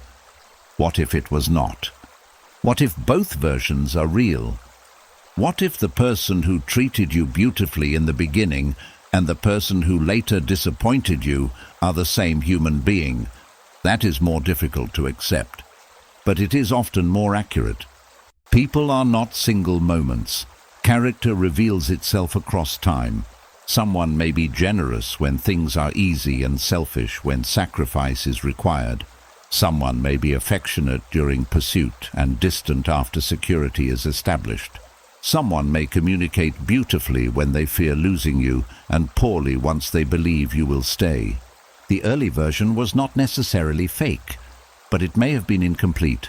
That distinction matters, because when you idealize who someone once was, you may spend years trying to resurrect a stage of the relationship that cannot return. You think, if I can just say the right thing, maybe the old version will come back. If I become less demanding, maybe they will become warm again. If I give them space, maybe they will return to how they used to be. If I remind them of the good times, perhaps something will wake up in them. And now your relationship is no longer with reality. It is with a memory. You are negotiating with an emotional ghost. That is exhausting, because ghosts do not respond. The memory always behaves the way you remember it. The present person does not. So every new interaction becomes disappointing. You meet the present while expecting the past. You hear the present words while remembering the old ones. You see the current behavior while comparing it to former promises, and every comparison creates fresh pain. Stoicism trains you to stop doing this. Not because memories are worthless, but because wisdom responds to what exists. The past can inform you. It cannot substitute for the present. This is one of the clearest applications of Stoic attention. Ask, what is actually happening now? Not, what happened once? Not, who could they become? Now, how do they speak to you now? How do they treat your boundaries now? What do they do when conflict appears now? Can you rely on them now? Do their words and actions align now? Do you feel respected now? These questions protect you from emotional nostalgia. And nostalgia is powerful. It can make you miss people who no longer exist in the form you miss them. That sentence is painful, but freeing. Sometimes what you miss is not the person. You miss the season. You miss who you were around them. You miss the hope. You miss the beginning. You miss the future you imagined. You miss the version of yourself who still believed everything would work out. That is different. And when you understand the difference, longing becomes clearer. You stop assuming every feeling of missing them means you should return. A memory can be beautiful without being an instruction. That matters. You can miss someone and still know that distance is wise.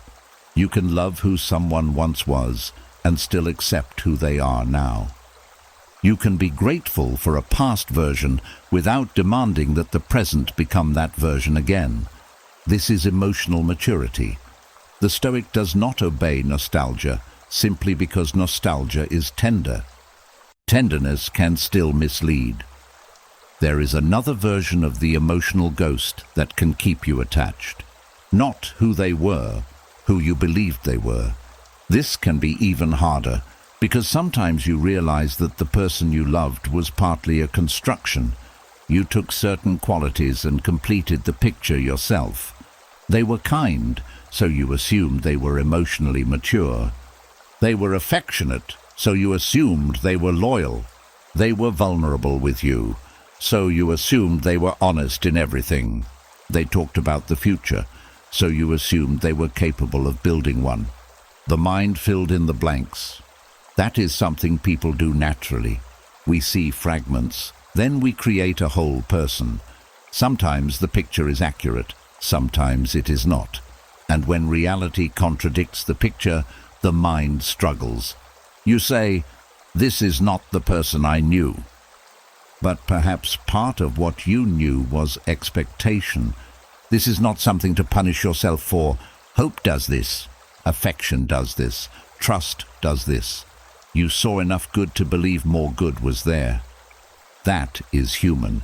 But wisdom requires updating the picture when new evidence arrives. You cannot continue loving only your interpretation while ignoring the person standing in front of you. That is where Stoic honesty matters. If reality has changed the picture, let the picture change. Do not defend an old belief because admitting you were wrong hurts your pride.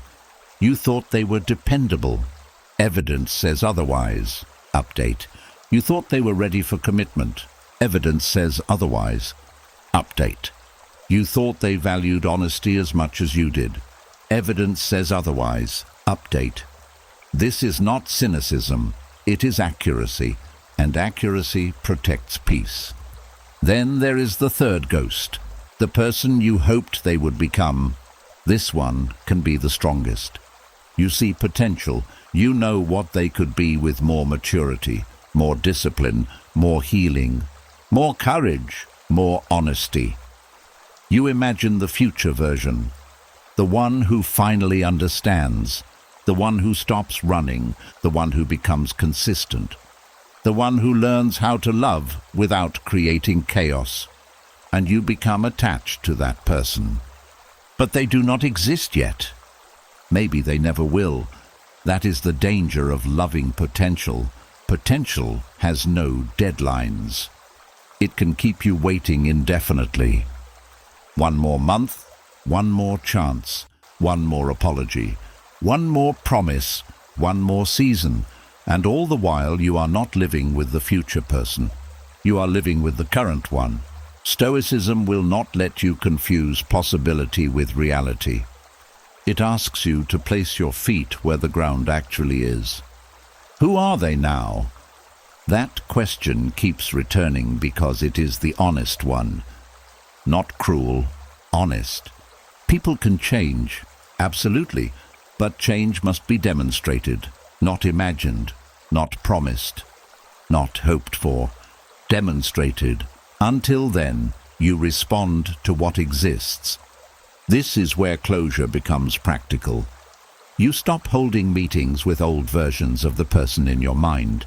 You stop mentally talking to the person from the beginning. You stop asking the memory why the present person changed. You stop pleading with potential to become real. You let each version belong to its proper time. Who they once were belongs to the past. Who you thought they were belongs to your former understanding. Who they might become belongs to the future. Who they are now is the only version you can actually respond to. That is clarity. And there is grief in it. Because sometimes accepting the present means saying goodbye to several people at once. The person they were, the person you believed they were, the person you hoped they would become. That is why letting go can feel so large. You are not releasing one image. You are releasing an entire internal world. But that world was already costing you. Every time you visited it, you returned to the present disappointed. Every time you remembered the beginning, the current reality felt harsher. Every time you imagined the future version, the present version felt temporary enough to tolerate. Now you can stop. Not by erasing the memories, by putting them in the correct place. That was then. This is now. Simple words. Powerful boundary. Tonight, if the old version appears in your mind, you do not have to reject it. You can remember. You can appreciate what was good. You can feel sadness. But then add, that version is not the person I am dealing with now. Notice how grounding that feels. You are not disrespecting the memory. You are protecting reality from being overwritten by it. This is what Stoic attention does. It keeps you in contact with what is. And sometimes that is exactly what closure requires. Not another answer, not another conversation, not another theory. Just stopping the nightly visits to someone who only exists inside memory. You can love what was. You can grieve what never became real. You can accept what is. All three at once. And when you finally do, the emotional ghost begins to lose its grip. Not because the past meant nothing, but because the past no longer gets to impersonate the present. And once you stop visiting the old version of someone who only exists in memory, another truth begins to rise. Sometimes what you have been calling closure is not really closure at all. It is dignity. You want to feel like yourself again. Not the version who was rejected, not the version who was replaced, not the version who was ignored, not the version who was betrayed. Not the version who looks back and thinks, how did I let this happen? That is the deeper wound. The humiliation. The feeling that someone saw your trust and treated it carelessly. The feeling that you gave something sincere and were made to feel foolish for giving it. The feeling that someone chose another person, another life, another path, and left you wondering what that said about you. And when dignity is wounded, the mind often reaches outward. It wants the other person to fix what they damaged. You want them to acknowledge your value. You want them to say they were wrong. You want them to admit they misjudged you. You want them to look back and realize what they lost. You want the person who made you feel small to finally confirm that you were never small at all. That desire is understandable, but it contains another trap. Because if your dignity can only return when they recognize it, then your dignity is still tied to their judgment. That is not dignity. That is dependence. Real dignity has to become independent again. This is where Stoicism becomes powerful. The Stoics did not build worth on approval. They built it on character, on self-command, on standards, on honorable conduct, on being able to look at your own choices and know that you acted in a way you can respect. That is much more stable, because another person can reject you. They cannot make you dishonorable unless you cooperate. Another person can betray you. They cannot force you to betray your own values. Another person can replace you. They cannot make you less worthy unless you begin treating yourself as less worthy. This distinction matters. Someone's choice may affect your life. It does not get to define your inner rank. And this is where humiliation begins to lose its power. Humiliation often says, "They made me look foolish." But trust is not foolish by itself. Loving sincerely is not foolish. Believing someone who gave you reasons to believe them is not foolish. The lesson may be that you trusted too quickly. The lesson may be that you ignored signs. The lesson may be that you gave too much access before enough consistency was shown. Good, learn that. But do not turn a lesson into self-contempt. That is not wisdom. You can become more discerning without becoming ashamed of the person you were.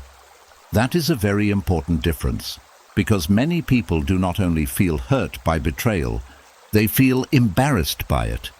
They think, how did I not see it? How did I believe them? How did I let myself care that much? How could I have stayed? And now the pain is no longer only about what the other person did. You begin attacking yourself for having been human. That is where dignity starts to erode from the inside. And Stoicism does not ask you to do that. It asks for honest self-examination, not self-humiliation. You can say, "I should have noticed sooner." That is honest. You do not need to say, "I was pathetic." You can say, "I ignored my instincts." That is useful. You do not need to say, "I deserved what happened." You can say, "I stayed too long." That may be true. You do not need to spend the next 5 years punishing yourself for it. This is how dignity begins to rebuild. You tell the truth without turning truth into cruelty. There is strength in that. And then there is rejection. Rejection can wound dignity because it feels personal. Someone looked at the relationship, the connection, the future, and chose not to continue. The mind converts that decision into rank. They chose someone else, so that person must be better. They walked away, so I must have been lacking. They stopped fighting for us, so I must not have been worth the fight. But another person's choice is not an objective ranking system. People choose according to their desires, fears, habits, readiness, limitations, attractions, values, and circumstances. A choice tells you what they chose. It does not tell you the full value of what they did not choose. That is crucial. A person can walk away from something good because they are not ready for it. A person can choose something unhealthy because it feels familiar. A person can reject someone loyal because loyalty requires responsibility. A person can prefer what is easier over what is better. Human choices are not perfect measures of value. So stop using someone's rejection as a scale. That scale was never reliable. And replacement can hurt even more, because replacement creates comparison. Now, there is another person, someone new, someone they seem happier with, someone they gave attention to, someone who appears to have received what you waited for. And the mind starts measuring. What do they have that I do not? Are they more attractive, more interesting, easier to love? Did I mean nothing? But comparison is another way dignity is outsourced. You begin studying yourself through the eyes of a person who already left. That is an exhausting way to live. The Stoic response is to come back to your own standards, not, am I better than the person they chose, but, am I living in a way I respect? That is the question that restores stability. Because dignity does not come from winning comparisons. There will always be someone richer, younger, more attractive, more charming, more successful, more compatible with someone else. If dignity depends on being the best available option, you will never have peace. Dignity comes from being aligned with your own values. That is something different. It asks, do I tell the truth? Do I keep my word? Do I respect myself? Do I walk away from what consistently degrades me? Do I stop begging for access where I am not valued? Do I behave honorably even when I am hurt? Do I control what I can control? That is where self-respect grows. And this is why self-command is so important. When dignity is wounded, the urge is often to react. Send the message, prove the point, expose them, make them jealous, show them what they lost, post something, reach out, demand an explanation, make them regret it. These impulses are understandable, but they often deepen the humiliation afterward, because now your behavior is being directed by the person who hurt you. They are still controlling your actions without even being present. Stoicism offers another path. Pause. Do not let pain choose your behavior. That is self-command. And self-command is one of the fastest ways to restore dignity. You may be furious, but you do not have to act furiously. You may want to beg, but you do not have to beg.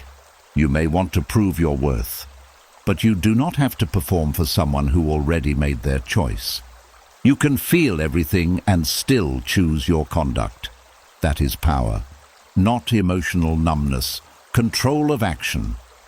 There is a particular dignity in silence when silence is chosen from strength.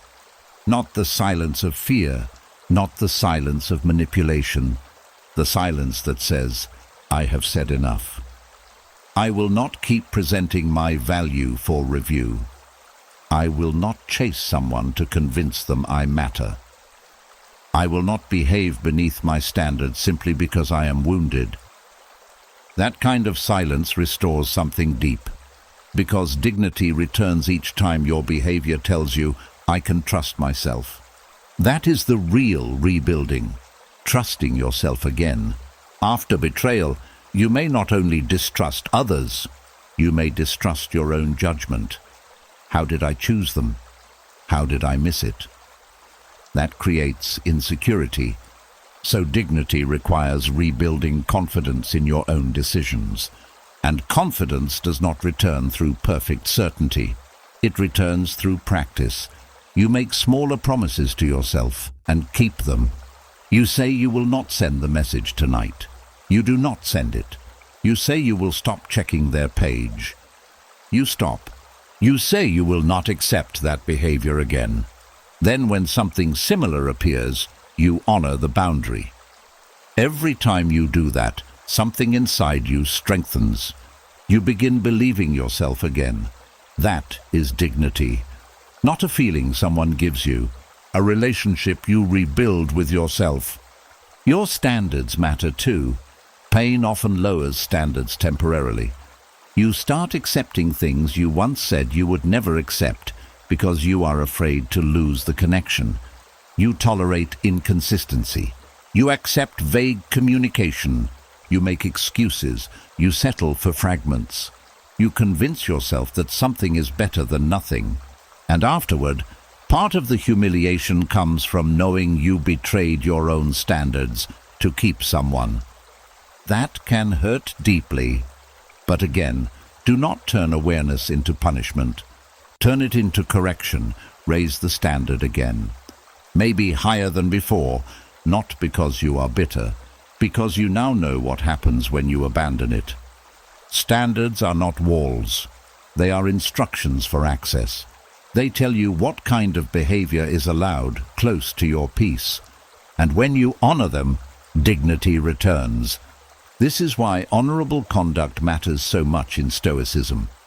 You cannot control whether someone behaves honorably toward you, but you can control whether their behavior causes you to abandon your own honor. That is the final defense. Someone may lie about you. You do not have to become a liar. Someone may humiliate you. You do not have to humiliate yourself trying to get revenge. Someone may betray you. You do not have to become cynical and cruel. Someone may reject you. You do not have to reject yourself. That is how character becomes a shelter. You return to it. And this changes the meaning of closure.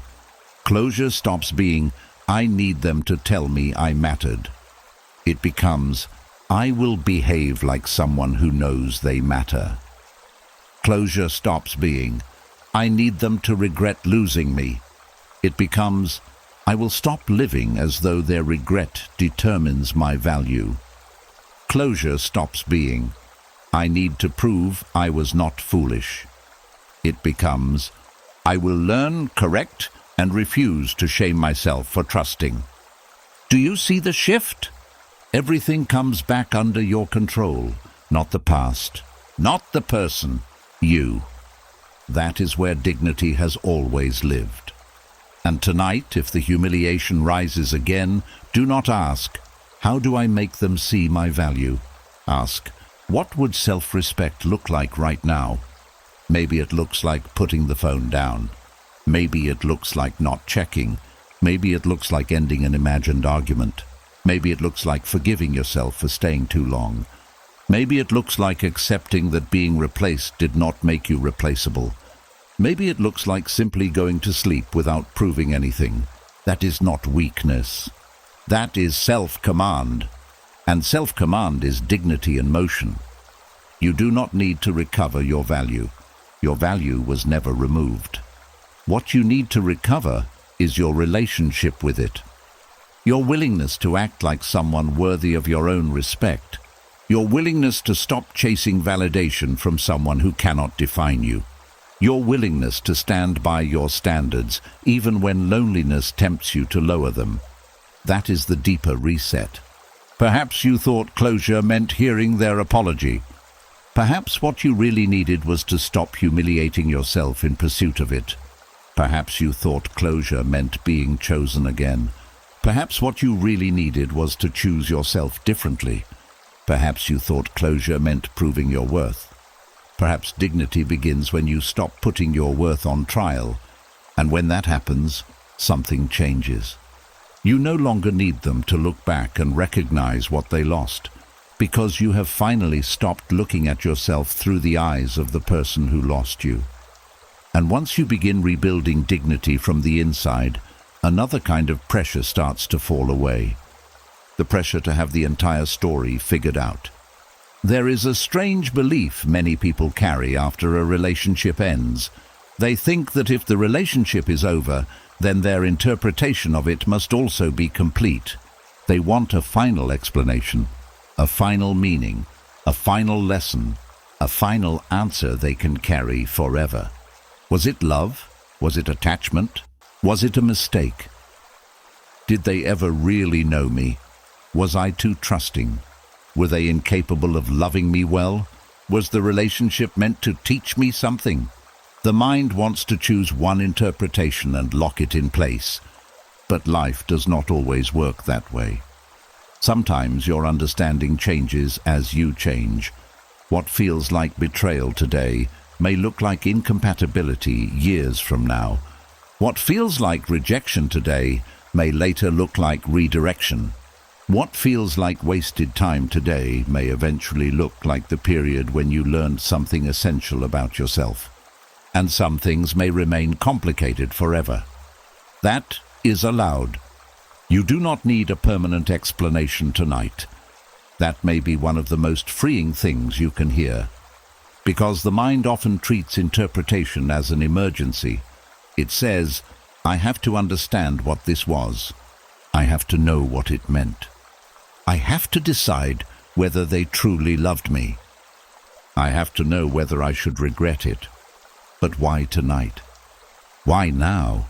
Why must the final meaning of an entire relationship be decided while you are still standing close to the pain? Distance changes perspective. Time changes perspective. Growth changes perspective. The person you are 5 years from now may understand the experience in a way the person lying awake tonight simply cannot. And Stoicism gives you permission to stop forcing the conclusion. You can say, I do not fully understand this yet. That is not weakness, that is honesty. There is maturity in refusing to pretend certainty where certainty does not exist. Sometimes people rush toward a final interpretation because uncertainty is uncomfortable. A fixed explanation feels safer. They never loved me. Now everything appears simple. They were a narcissist. Now everything appears simple. I ruined everything. Again, simple. This relationship was the biggest mistake of my life. Simple. But simple does not always mean true. Sometimes these statements are not conclusions. They are emotional shelters. They protect you from complexity. If you decide they never loved you, then you do not have to wrestle with the possibility that someone can love you and still fail you badly. If you decide everything was your fault, you do not have to face the frightening truth that sometimes relationships end despite sincere effort. If you decide the entire relationship was a mistake, you do not have to admit that something can be meaningful and still end painfully. The mind likes categories because categories reduce uncertainty. But Stoic thinking asks for something deeper. Accuracy, not emotional convenience. If you do not know, say you do not know. If the evidence is mixed, allow it to be mixed. If your interpretation changes later, let it change. You are not betraying yourself by seeing the past differently as you grow. That is what growth does. It changes the eyes looking backward. Think about experiences from much earlier in your life. There may be things that once felt catastrophic that you now understand differently. A rejection that once destroyed your confidence may now seem like an ordinary turning point. A friendship ending may have once felt like proof that you were unlovable, but now you can see two young people growing in different directions. A decision you once condemned yourself for may now look understandable given what you knew at the time. The event did not change. You did. And because you changed, the meaning changed too. Why assume this current pain will be different? Why demand a permanent interpretation from a temporary stage of growth? You are still becoming. Your understanding is still becoming with you. That is one reason you can stop analyzing now. Not forever. Now, this distinction is important. Stopping analysis does not mean declaring the mystery solved. It does not mean saying, I will never think about this again. That can become another impossible demand. The Stoic approach is simpler. You say, I have thought enough for tonight, maybe enough for this month, maybe enough for this stage of your life. If new understanding comes later, you can meet it later. You do not need to keep the mind continuously working on a problem just because the interpretation remains unfinished. An unfinished understanding is not an emergency. Let that settle. You can have an unfinished interpretation and a finished relationship. The two do not need to close at the same time. One can end before the other becomes clear. That is normal. In fact, sometimes clarity only comes because the relationship has been over for a long time. While you are inside something, emotion distorts perspective. Hope changes what you notice. Fear changes what you tolerate. Attachment changes what you excuse. Anger changes what you remember. Distance can remove some of that pressure. Years later you may look back and say, "I thought I was grieving them, but I was grieving who I became around them." Or, "I thought they were cruel, but now I can see that we were both deeply immature." Or, "I spent years asking why they left, and eventually I realized the more important question was why I believed their leaving defined me." You cannot force those realizations.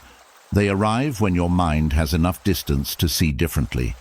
That is why endless analysis can sometimes delay understanding rather than create it. When you keep turning the same event over every day, you remain emotionally close to it. You keep refreshing the same interpretation. You keep looking through the same wounded lens. Sometimes the mind needs distance more than thought. That is a rare kind of discipline. Knowing when thinking is no longer helping. The Stoics valued reflection, but reflection was meant to improve life. If reflection stops producing wisdom and begins producing only agitation, then wisdom may require you to stop. Not because the issue is unimportant, because your mind also needs recovery. There is no virtue in exhausting yourself over something that cannot be resolved tonight. Ask yourself, what if I do not decide what this meant? What actually happens? Probably nothing terrible. The relationship remains over. You remain here. Tomorrow still arrives. Your responsibilities still exist. Your future is still open. That is important. Your life does not require a finalized interpretation in order to continue. This is where people often confuse meaning with permission. They think, I need to know what happened before I can move forward. But forward movement often creates understanding, not the other way around. You may discover what something meant by living beyond it. Your next healthy relationship may teach you what was missing in the old one. A period of solitude may show you how much of yourself you had abandoned. New boundaries may reveal how weak your old boundaries were. Time may show you which wounds were really about the relationship, and which were older wounds the relationship awakened. Life itself can explain things analysis cannot. That is why you do not need to solve everything from bed to night. Let life participate in the interpretation. That is powerful.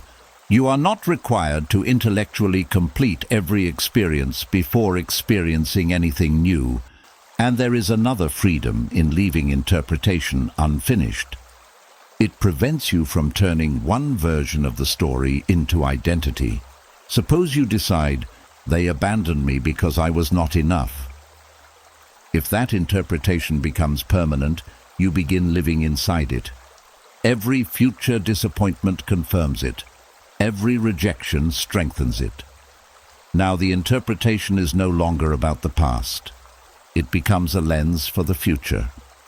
But if you leave room for revision, you protect yourself from building identity around incomplete understanding. You say, this is how it feels right now. That is much different from, this is what it means forever. The word forever makes pain heavier. Stoicism encourages you to work with what is present. What judgment serves truth now? Not what judgment must remain true for the rest of your life. That flexibility is not indecision. It is intellectual humility. You do not know everything, neither did they, neither does anyone. A relationship can contain truths you will never fully access. What did they feel on a particular night? You may never know. What exactly changed inside them? Maybe they do not know themselves. What would have happened if you stayed? Impossible to know. What would have happened if they had tried harder? Impossible to know. Some parts of the story are permanently inaccessible, and peace requires accepting that. You cannot complete an interpretation with missing evidence, so stop punishing yourself for not solving what cannot be fully solved. Leave the unknown where it belongs. unknown. There is dignity in that word. It is cleaner than invention. When the mind hates a blank space, it tends to fill it, sometimes with blame, sometimes with fantasy, sometimes with hope, sometimes with self-criticism. But a blank space does not always need filling. Sometimes the most truthful answer is, I do not know. Maybe they loved you. Maybe they loved what you gave them. Maybe they cared but lacked maturity. Maybe their feelings changed. Maybe they were confused. Maybe several things were true at once. You do not have to choose tonight, and perhaps you never will. That does not prevent healing. You can heal around unanswered spaces. Think of it like a book with a few missing pages. You can still understand enough to close the cover. You do not need every sentence to know you are finished reading for now. That is what this Stoic reset offers. Not perfect interpretation, permission to put the book down. You can carry forward only what is useful. Maybe you know that you need stronger boundaries. That is enough. Maybe you know that inconsistency is no longer acceptable. Enough. Maybe you know that you abandoned parts of yourself to preserve the connection. Enough. Maybe you know that you loved honestly. Enough. Maybe you know that you cannot return. Enough. You do not need to explain every remaining detail before honoring what you already know. And this changes the emotional tone of letting go. You are no longer saying, I have solved the past. You are saying, I no longer need to solve it tonight. There is softness in that. The mind can rest because it has not been asked to produce an impossible verdict. It is allowed to remain unfinished. Some understanding may come months from now, some years from now, some may never come, and none of that prevents you from sleeping tonight. That is the boundary.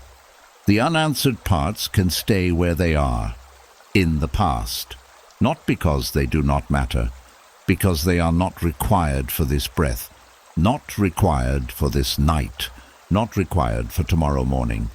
And as you continue living, your interpretation may become kinder, more accurate, less emotional, more complex, or simpler. You do not know yet. You do not need to know. This is how Stoicism protects you from turning analysis into another form of attachment. You release the requirement for final meaning.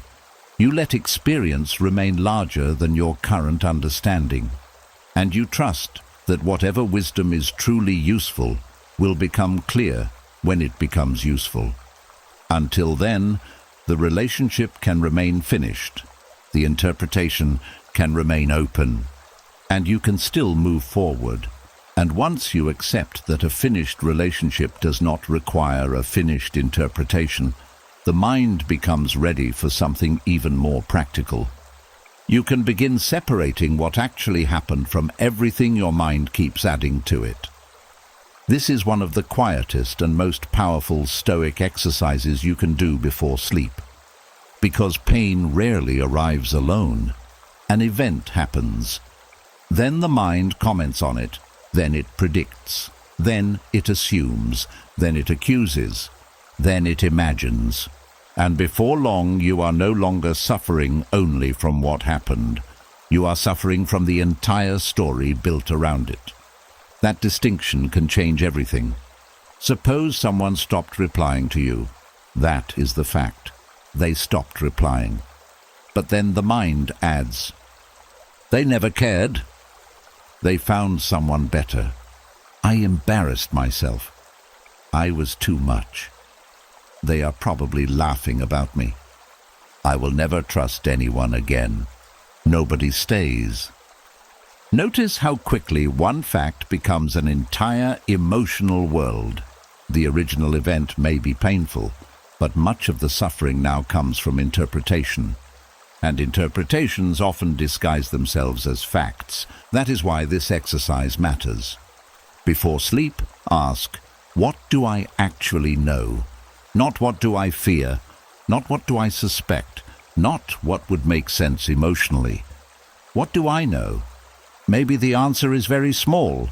They did not respond. They ended the relationship. They lied about something. They chose to leave. They broke a promise. They did not apologize. That is the bare event. Now notice everything added afterward. Maybe you decided what their silence meant. Maybe you decided what they were thinking. Maybe you decided what their future will look like. Maybe you decided what the event says about your worth. Maybe you decided that because one person behaved this way, everyone eventually will. Those are additions, and this is where Stoic clarity begins. Not by pretending your interpretation is meaningless, but by labeling it honestly. Fact, assumption, prediction, judgment, fear, memory, fantasy. Those categories help the mind stop blending everything together. Suppose you think, they left because I was not enough. Stop. What is the fact? They left. What is the added story? Because I was not enough. Do you know that with certainty?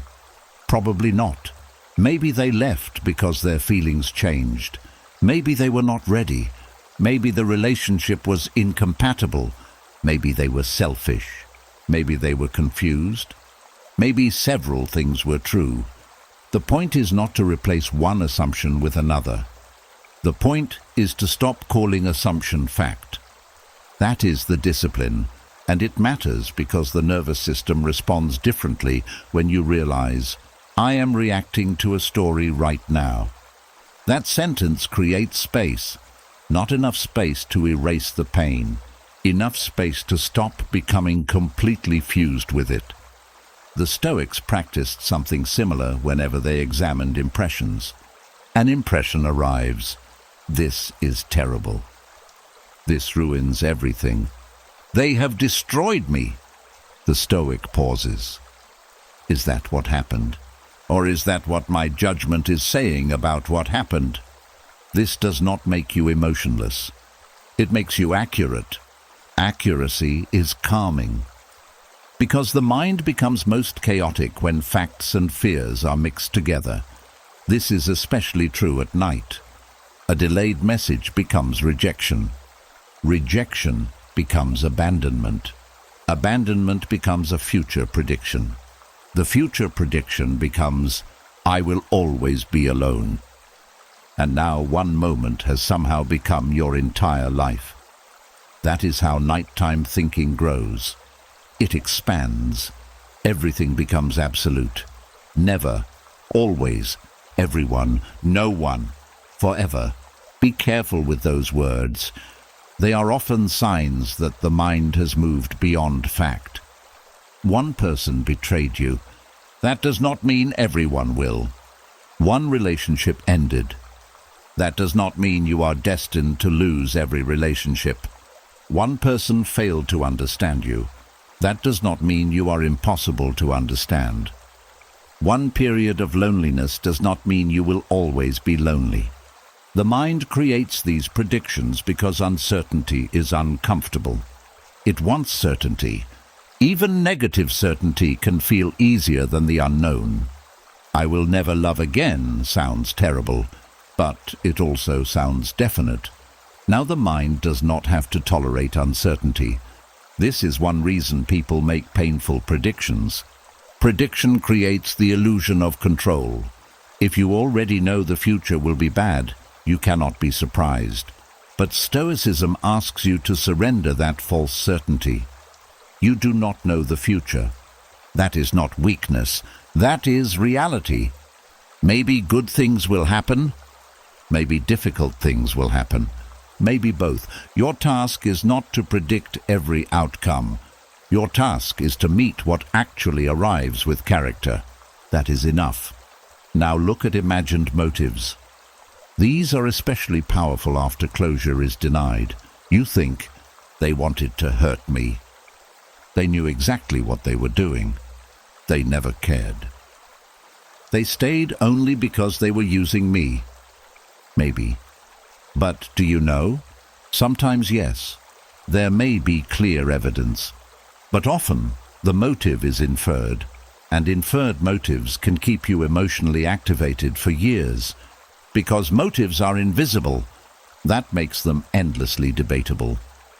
You can spend hours asking why someone did what they did, and because you cannot see inside their mind, the debate never fully closes. This is why Stoicism places more weight on conduct than hidden motive. What did they actually do? That is usually enough to guide your next decision. If someone repeatedly lied, you do not need to know the complete psychological reason before deciding that trust is damaged. If someone consistently disrespected your boundaries, you do not need a full map of their motives before protecting yourself. Behavior is often sufficient information. That allows you to stop inventing explanations. Then come the self-accusations. These can be the harshest layer. I was stupid. I should have known. I wasted years. I let them make a fool of me. I ruined everything. Notice how these statements feel factual because they are spoken with confidence. But confidence does not make them fair. Perhaps you missed warning signs. That is specific. Perhaps you stayed too long. Specific. Perhaps you ignored your own needs. Specific. Those observations can teach you something. But I was stupid teaches almost nothing. It only hurts. That is an important Stoic distinction. A useful judgment points toward correction. A cruel judgment points toward shame. If the thought cannot tell you what to do better next time, it may not be wisdom. It may simply be punishment. So before sleep, separate those two. Fact: I ignored behavior that made me uncomfortable. Lesson: next time, I will ask questions sooner. Story: I cannot trust myself. Do you see how different they are? The fact is honest. The lesson is useful. The story is destructive. This is how you examine the mind without attacking it. Then come hypothetical conversations. These are perhaps the most seductive additions of all. You lie in bed and begin talking to them. Not really. Inside your mind, you finally say what you should have said. They answer. You respond. They become defensive. You destroy their argument. Or perhaps they apologize. Perhaps they admit everything. Perhaps they tell you they still love you. The scene becomes vivid. Emotion rises. But none of it is happening. The body reacts to a conversation that exists only in imagination. This is important, because hypothetical conversations feel like unfinished business, but most of the time they are mental theater, and theater can continue forever. There is always another line you could say, another response they could give, another ending you could invent. The Stoic interruption is simple. This conversation is not happening. That sentence brings you back. Not, this conversation is stupid. Not, I should not be thinking this. Simply, this is not happening now. Feel how grounding that is. You are in bed. You are in a room. The person is not there. The argument is not occurring. The past is not reopening. The mind is creating a simulation, and you do not have to finish it. You can stop in the middle of the imagined sentence. That is allowed. You do not owe imaginary conversations conclusions. This becomes a practical nighttime reset. Start with the event. Name it in the simplest language possible. They left. They lied. They stopped responding. We ended. They chose differently. Then ask, what am I adding? Maybe it is motive, maybe prediction, maybe self-blame, maybe fantasy, maybe a future scenario, maybe an imagined conversation. Do not judge yourself for adding it. The mind is trying to make sense of pain. Just separate the layers. This happened. This is what I think it means. This is what I fear it means. This is what I predict will happen. These are not the same thing. That separation creates mental space, and space creates choice. You can choose which thoughts deserve belief, which deserve investigation, which deserve action, and which deserve nothing more than recognition. That is Stoic discipline, not controlling whether a thought appears, controlling whether you immediately surrender judgment to it. Because thoughts arrive automatically, agreement does not have to. That is powerful. A thought can say, "You were never enough." And you can notice that is an interpretation. A thought can say, "They are happier without you." And you can notice, "I do not know that." A thought can say, "You will never recover." And you can notice, that is a prediction. A thought can say, "You should send one more message." And you can notice, that is an impulse. You do not have to fight any of them. You simply identify them correctly. And once something is named correctly, it often becomes smaller. There is another reason this exercise helps. It returns proportion. Pain tends to expand events. One painful ending begins to occupy your entire identity. But when you reduce it to fact, you see its actual size. Something happened, something painful, something meaningful. But still, something within a much larger life. You existed before it. You exist after it. That perspective matters. The mind wants to say, "This changed everything." Maybe it changed many things, but not everything. You still have character. You still have choices. You still have relationships beyond this one. You still have mornings you have not lived. You still have decisions that have not been made. The story says, "My life was destroyed." The facts may say, "A part of my life ended painfully." Those sentences are not emotionally identical. The second leaves room for grief, room for recovery, room for the unknown. That is what Stoic clarity does. It does not make pain smaller by denying it. It prevents pain from becoming larger than the truth. Tonight, you do not need to solve the entire story. Just separate the layers. What happened? What am I assuming? What am I predicting? What motive am I inventing? What am I accusing myself of? What conversation am I rehearsing that is not actually occurring? Then let the facts remain. Facts can hurt, but they are usually quieter than stories. The relationship ended. Quiet. They did not explain. Quiet. I wish it had been different. Still quiet. I do not know everything. Quiet. I can live without knowing everything. Quieter still. This is how the mind begins to rest. Not because reality changed, because commentary stopped multiplying it. And perhaps tonight, that is enough. You do not need a better story.